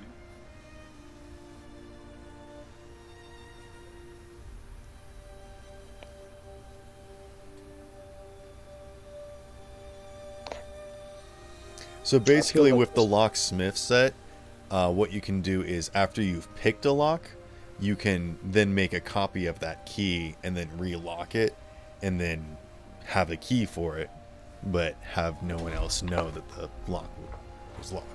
You know, most of the time you just want to pick a lock, steal the stuff, and then run. But, you know, you want to be a bit This more would be if tactical. you want to skim off the top. You know, that actually probably would be. That probably would be a good thing for Jack to have, because since he's taken like the assassin route, so to be able to infiltrate somebody, steal their shit, and make it look like it was never done would probably be a good thing. Okay. I mean, yeah, I figured he's a rogue. I However, thought, let yeah. me see if I'm proficient with it. It's not an actual item. It's something that I'm making up. If you want me to make an actual item Oh, for it, okay. I can, but I wasn't going to. It's just a thing. It's basically it's comprised Not a of problem. like a piece of kind of clay or gum that you can push keys into to make a mold, and then like graphite powder, you know, that stuff for working with locks, Gotcha. not necessarily breaking them. Yeah, I saw it and I thought, huh, well, I'm surprised Jack didn't get that one because it sounded like it'd be very useful, especially at home. Basically, the main purpose of a locksmith set is either to fix a lock or make a key. I mean, either way, it's going to be very useful to us. Right. Right. Or at the very least, useful to Jack. Mm-hmm. And you get the idea that that's probably what the steel wool was for. That once the imprint was made, they used like shaped metal to fit it into the imprint, and then maybe melt it down, and then Weather fit it it into down the so it space. looks like it blends in with this stuff. No. Like actually to melt the steel wool into the depression, the cast, basically. Oh, nice. I'm learning so much about breaking and entering. It is fun. I mean, normally Well, you would first probably thing want to is you use need a lead, driver's but license. lead is rare to find. But magic is more common. That's why I use the steel wool. Oh, yeah.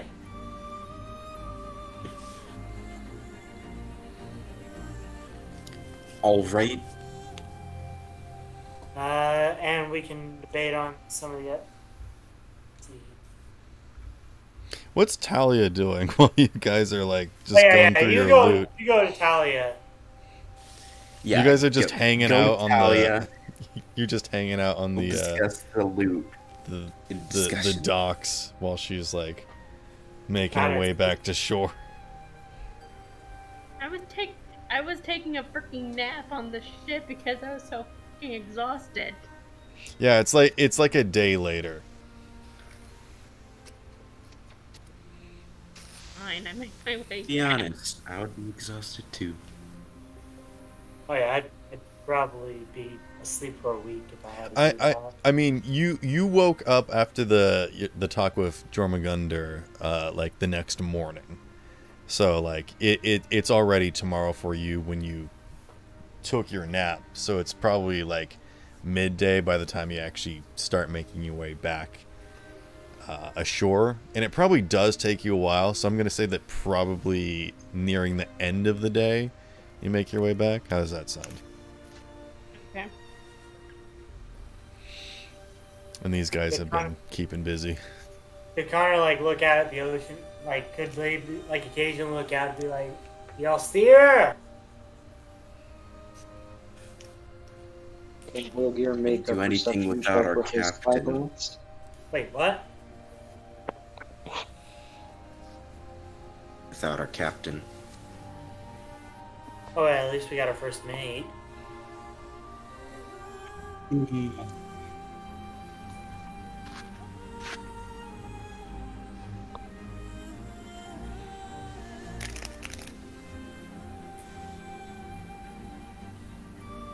can Connor do like a perception check to see if he sees Talia's ship anywhere? I mean, yeah, if you want to keep an eye out, just sort of check in every hour or so, you can do that. I'm going to do perception check.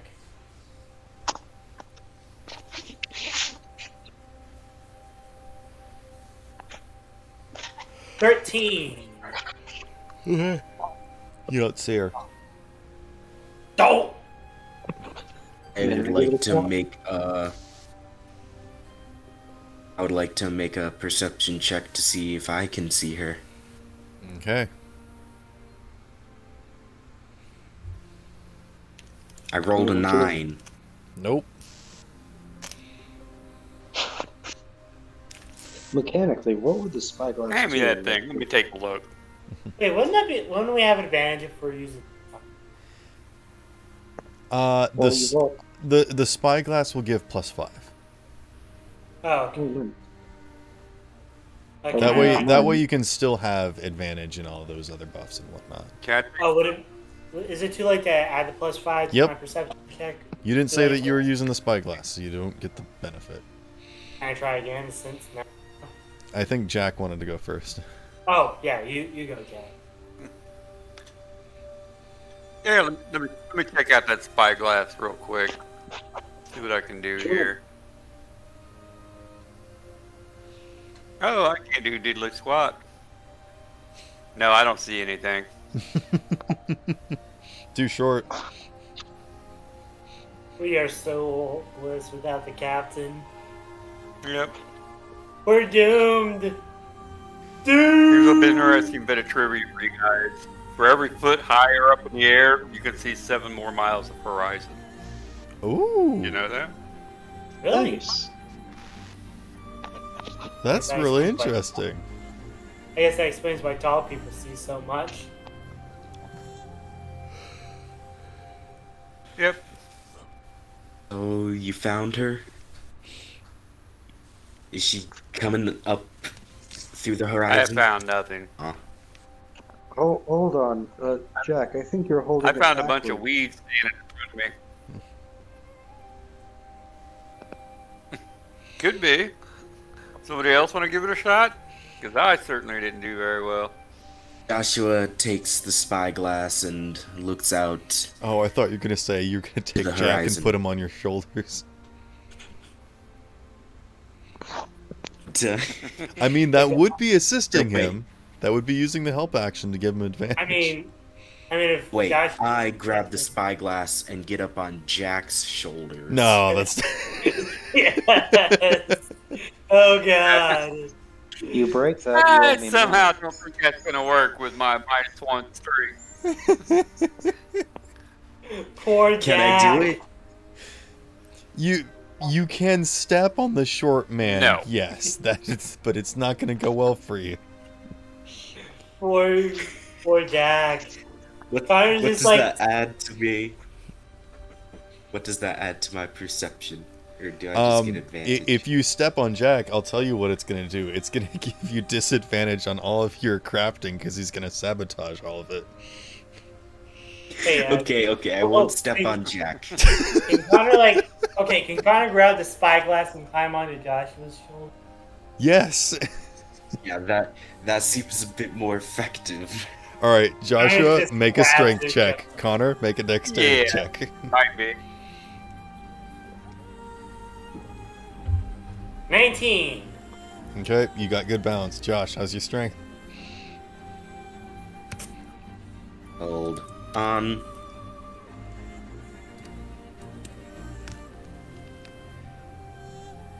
I'm 11. All right, you're struggling a little bit. He's got to do it quick. Connor, go ahead and make your perception check with advantage. Alright, do And I have plus plus five. 5 as well? Yeah. Alright, advantage. Roll. 21 plus 5, 26. Okay. Like after a couple minutes, it like goes down Nice, to nice, 25, nice. then to 24, then to 23, because Joshua's like slowly bending over. Connor's like, Joshua, come on, man, you gotta stand up straight. You gotta stand Have up you straight. ever rolled good on a strength check, Josh? No, even though it's practically my highest stat. I know. Yeah. It's like really I was funny. gonna be like, aren't you our muscle of the group? Connor, Should be. He tries to be. Connor, silhouetted in the horizon of the setting sun, you see a single figure making their way homeward aboard a ship. Connor just like bouncing lightly on Joshua's shoulder and is like, I see a ship! I see a ship! I think it's her! Oh god, I hope it's her. Oh wait, maybe it is her. You What both do y'all guys collapse. think? Ah!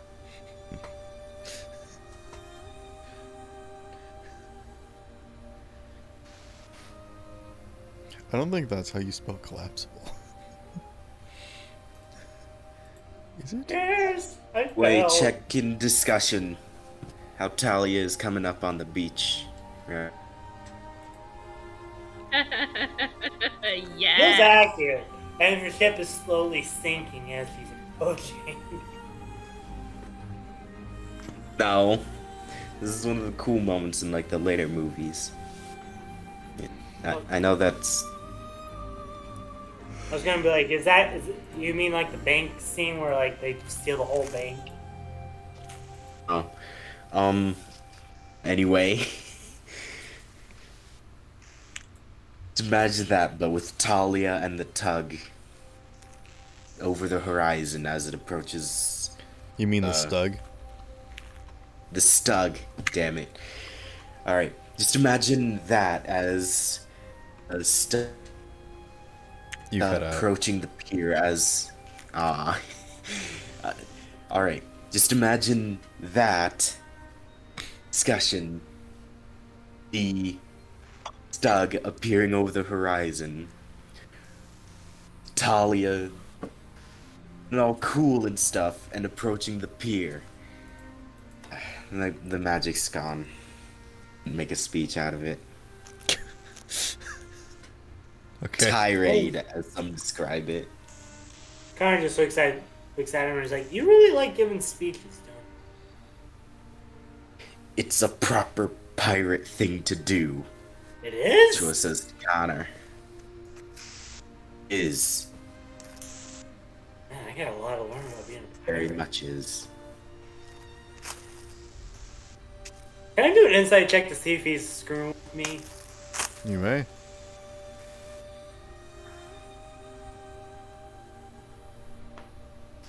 $25.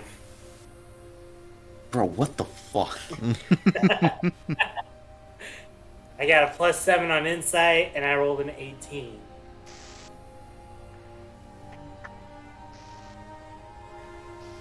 Joshua is entirely serious about this. The most Liar. serious person. But seriously, DM. Let's continue. Sorry. No, Talia's just making her way to shore. Hey, Talia, you continue. On your badass entrance.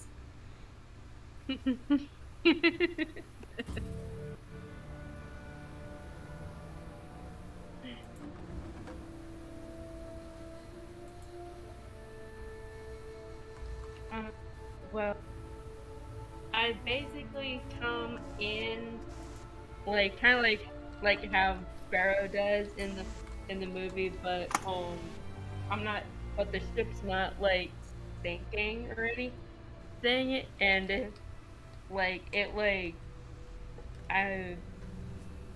I like go after I reach like a certain point, I like climb down and I jump out of the ship to pull it up onto the shore.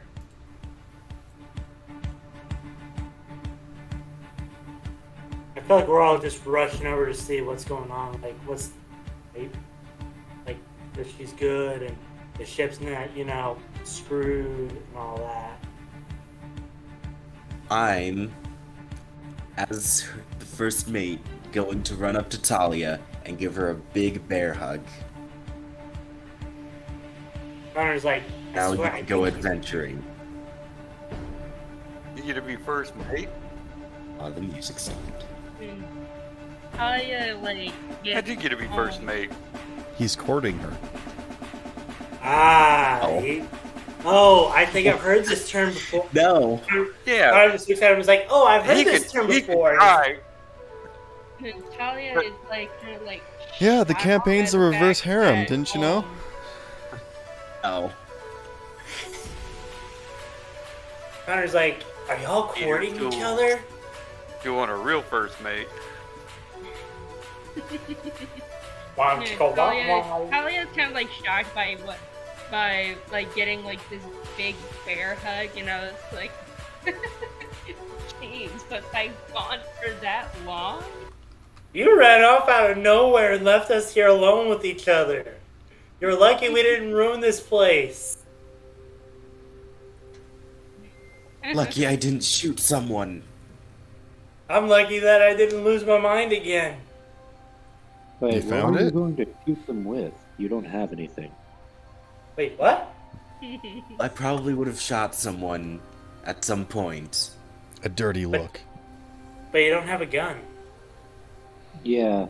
After I made the gun. But now Talia's here. You haven't made the gun yet. You haven't rolled for it. So now I gotta be careful when I make the gun and make sure it doesn't kill anybody.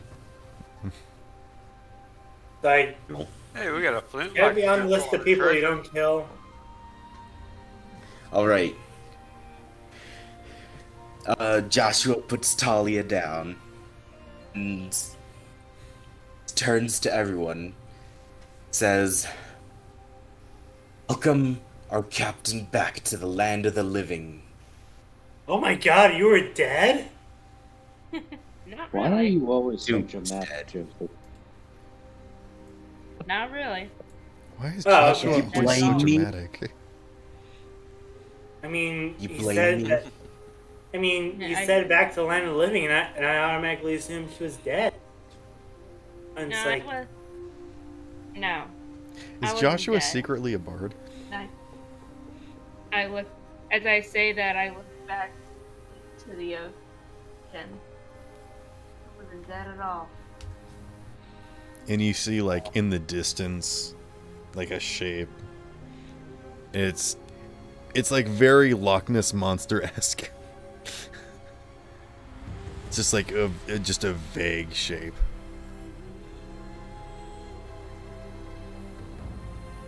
And in my head, I'm like, goodbye, Father. I hope to see you once. You're cutting out. I say goodbye, Father. For now, I hope to see you once more. In my head. Holgier pulls out the spyglass. Where's your dad at? dead in your head. He hiding behind one of those waves?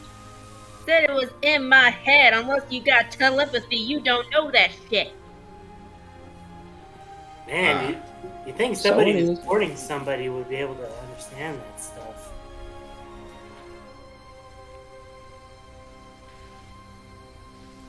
Unless you want me to roll a frickin' wisdom save to ensure that you're not reading my thoughts.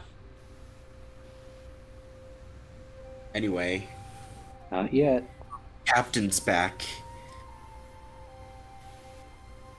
Oh yeah, we're back in business. So, Captain, it's the first thing we gotta do, because I've never been a pirate before and I'm excited to try it. Been a pirate for like the past day. Yeah, but this doesn't count. I thought we'd be doing like, cannons and sea fights and stuff. Nope. Well, that ruined my childhood. It's ruined mine. Well, Well, we did just pick up our first cannon. We got a nearly destroyed arcane cannon. Oh yeah, I gotta check in on Duncan and see how he's doing. He's a good friend. You'd like him. He says to Talia. Or wait, Wait. does Talia know who Duncan is, or You know Duncan. You haven't known Duncan for very long necessarily, but you know him, he knows you.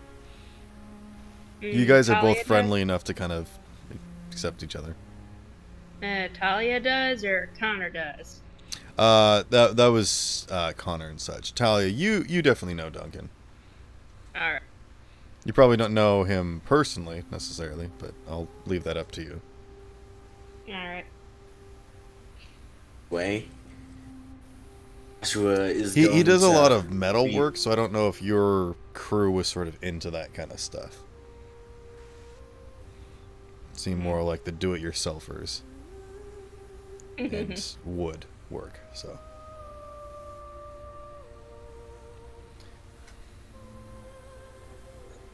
you probably worked more with Mumkin. She's a wood carver, I see. and she's And not there's related to other Duncan.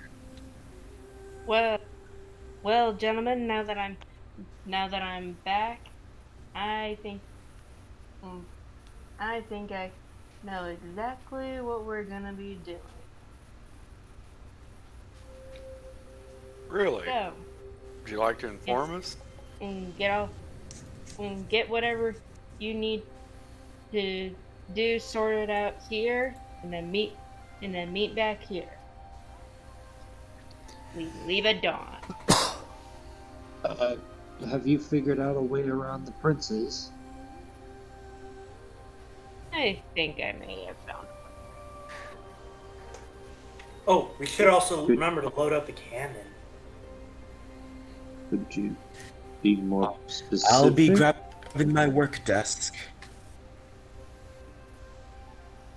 Can Connor head to like his little cave by the ocean to get his stuff?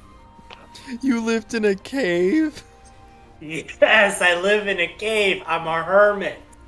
And hermits live in caves, do they not? I thought you at least had like a little shack. It's a shack inside a cave.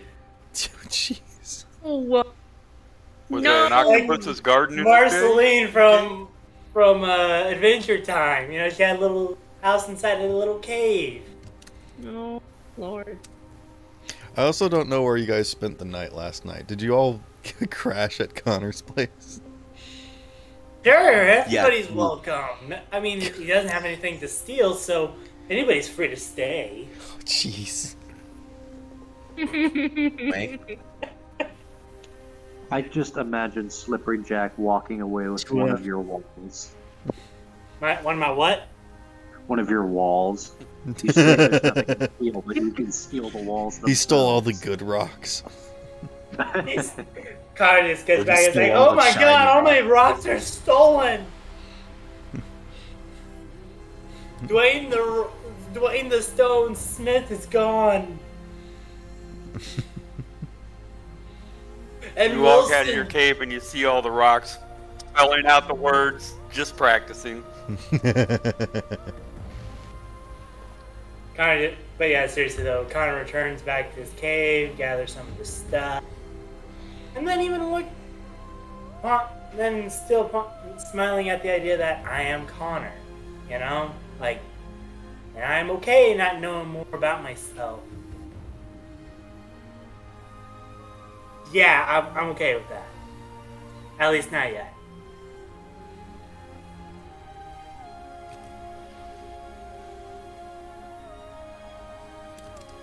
Joshua is going to pack up his work table and everything onto the ship and take a nap. At this point, he needs it. Okay. Could I cast Identify on that red sash? You may. Do you have the components? I have the spell slots and the spell, or the magical conduit. You can probably do that. You could probably do that as a ritual. You might want to check that. Oh, it is. Yeah, I thought you could do that as a ritual. I can do it as a Right, ritual, well, but I still need the 100 GP. It's not consumed though. What's the spell? Identify. Material components are a pearl worth at least 100 GP and an owl feather, but it's not consumed upon the spell being cast. So would that still apply with if I have a magic focus?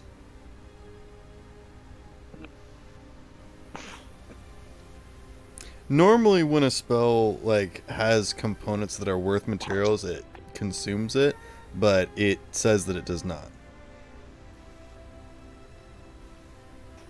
Usually the spell's description will say if it consumes anything.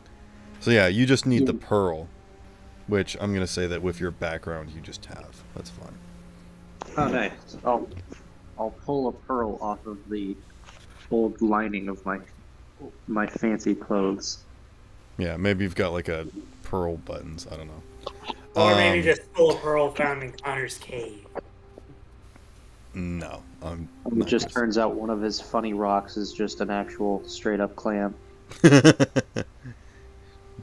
Barnacles! Okay. You cast Identify on the sash. Yeah. The sash is enchanted. It is not a magical item.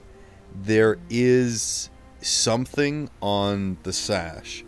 There's like an impression or an imprint. Trying to figure out what like school of magic it would be. Probably like evocation or divination or something.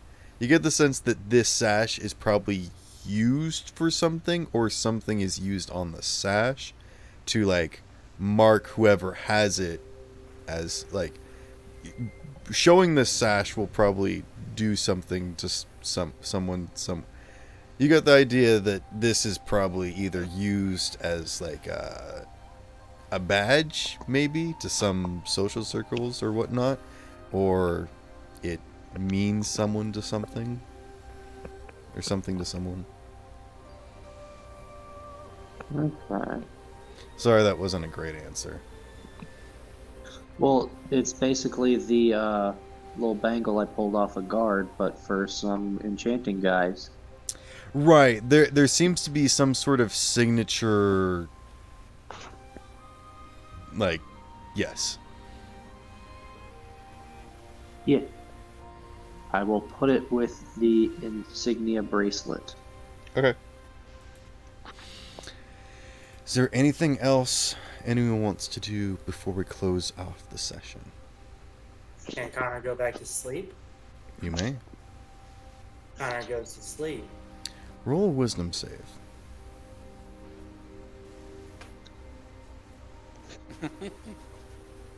$15. Okay. Is anyone else doing anything? Before everyone goes to sleep, I wanna, would make like sure, to purchase. Go ahead. I want to make sure like everyone like has like go everything ahead, like we have like the arcane cannon. We have like everything that is situated to where we can head out on the very next day. The cannon has not been touched. No one has done anything with the cannon. All right, so in that case, I'm gonna take the cannon to Duncan and see if he can fix it or whatever. Yeah, if you want to pay him to fix the metal work, he can do that. He can't fix the enchantment that's been kind of destroyed on it. Okay, well, who can that's on the island? I mean, Joshua's an artificer, right? So he can fix the stuff on there, right? Or am I misinterpreting? Just take the minute spell. So if you want Duncan to just bend the metal back into place, he can do that for 10 GP. If you actually want him to, you know, make it a good job that seems like it could be re-enchanted, that's going to be up to 25 to 30 GP. So if you just want to use it as a cannon, you can, and that'll be 10 GP. Maybe. That's actually all I have right now is 10 gold coins. Actually, is it? Yeah, all I have is 10 gold coins.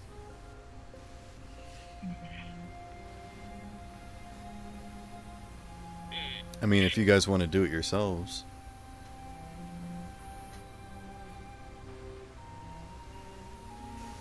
I'm willing to give it a shot. I'm not using right now. I figured that Joshua was going to do it himself. That's why you guys hadn't done anything with it yet. Yeah, that's what I was assuming. I thought Joshua was going to roll Right. for it. Also, Joshua Makes needs sense to me. to roll to actually make his gun that he wanted to do, which I assume that he did yesterday, but maybe he does it tonight. I don't know. I'll have to talk to him next session or in between sessions. We'll see. Jack, you wanted to purchase something?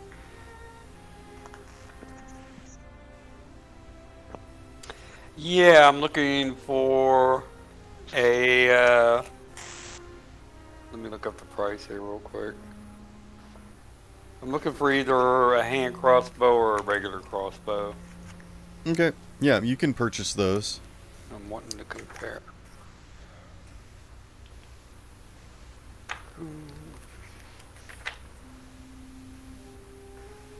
Okay, I must go too far. Ah, here we go. Let's see. How much are those normally? Question. Yeah, light crossbows 25. Let's see how much is a hand crossbow.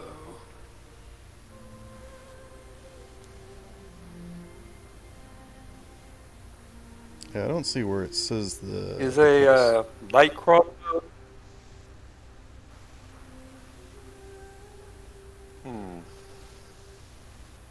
A light crossbow would be what a normal crossbow sort of is.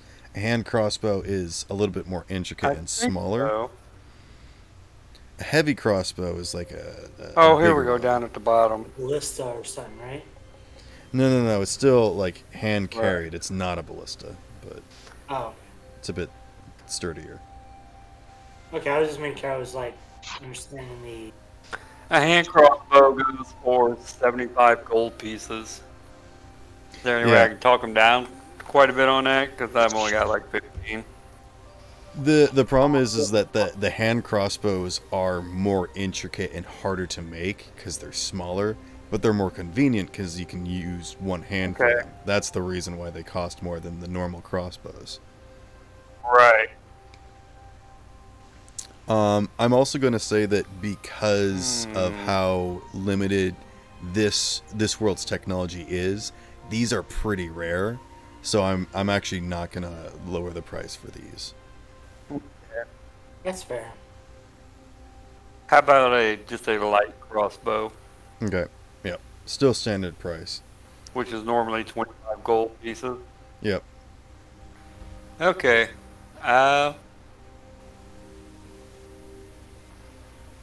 Well, let's see. I really don't have anything to sell off, so I guess I'm going to be holding off on that.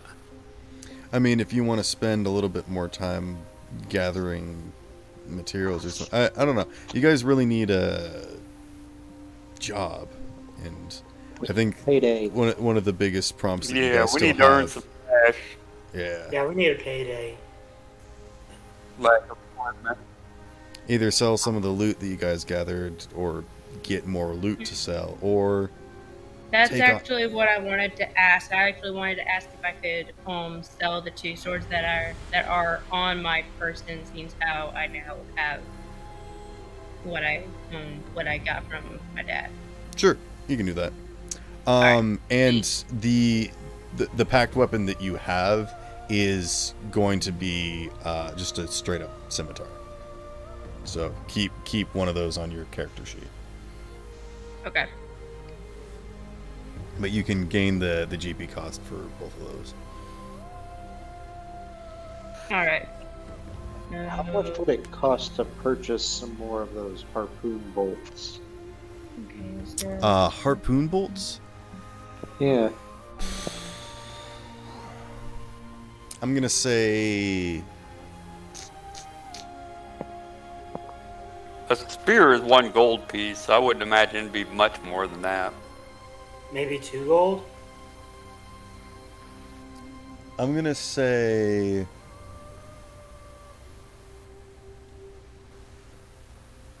for just a harpoon, I'm gonna say 11 silver. So a gold and a silver. Just because it is a little bit more intricate. Okay, I can live with that. It's a fair price. I'll buy 2 of them. And basically, the way that the harpoon works is that it does fire a throwing spear, but you can actually use dex, or like the actual firing mechanism of a crossbow to do it, rather than your strength to throw it. Basically, that's how the harpoon works. Sounds good to me. Yep. Sounds like it's the perfect thing for a slippery boy named Jack. It's just twice as big as him. Yeah, he's got a mounted crossbow. No doubt. Mounted crossbow and a harpoon. There's no way I could carry that around.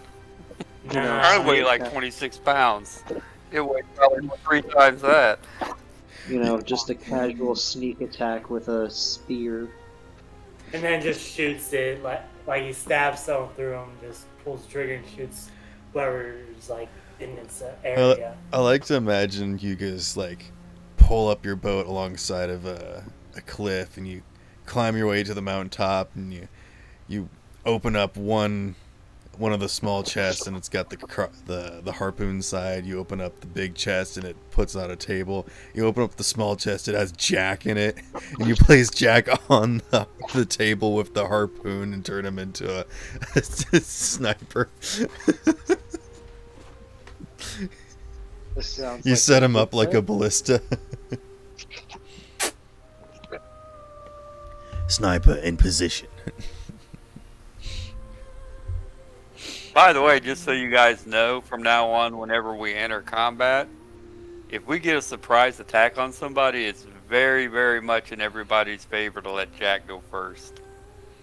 Because with his new subclass, he's going to be getting anybody that he hits with a surprise attack, he auto crits on.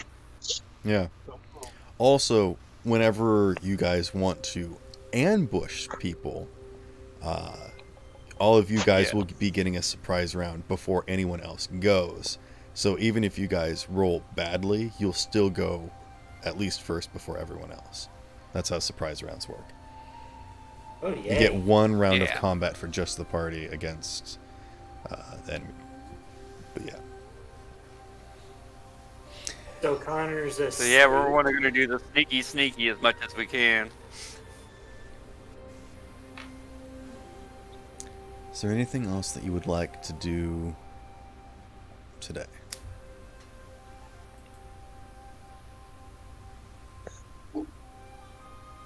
I think we're good. Nothing I can think of. Connor just goes back to sleep.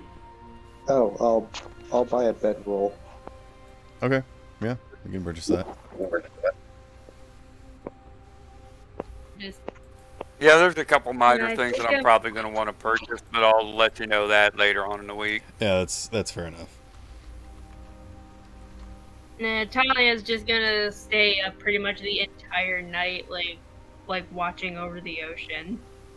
Okay.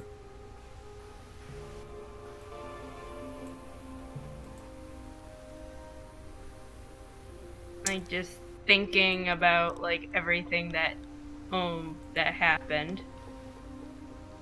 Okay. I'm kind of curious. So when Talia, like when her dad tells her like, that her crew or people who are not from this world, does she get curious about where they're from? You don't know. I was just... Okay.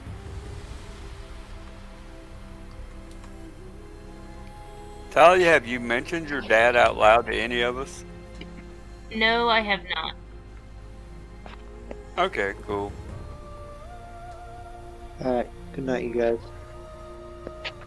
I was going to do one final thing. to Have end a us good off. one. No? Do the final thing. Okay. As you all lay down to rest, Connor, you have another vision. That dark, different place that's outside of reasonable understanding. It's not just a room. It is a physical place, as it does contain things. There is something to be understood here, but its purpose is far beyond what you can comprehend. And just as you enter this space again, almost immediately you feel that presence that you had. Off in the distance, a figure, crouched, slowly stands and turns and looks over its shoulder at you. And before you can even react, it begins to move. And it gets closer and closer and closer until it's suddenly upon you and it's in you. It moves through your mind and your memories and through every single iteration of your every being. And as it does so, it consumes you, takes you over. And you all raise up from all of your sleeping positions, and there, standing in Connor's place, is a towering figure. And that's where we're going to end tonight's session.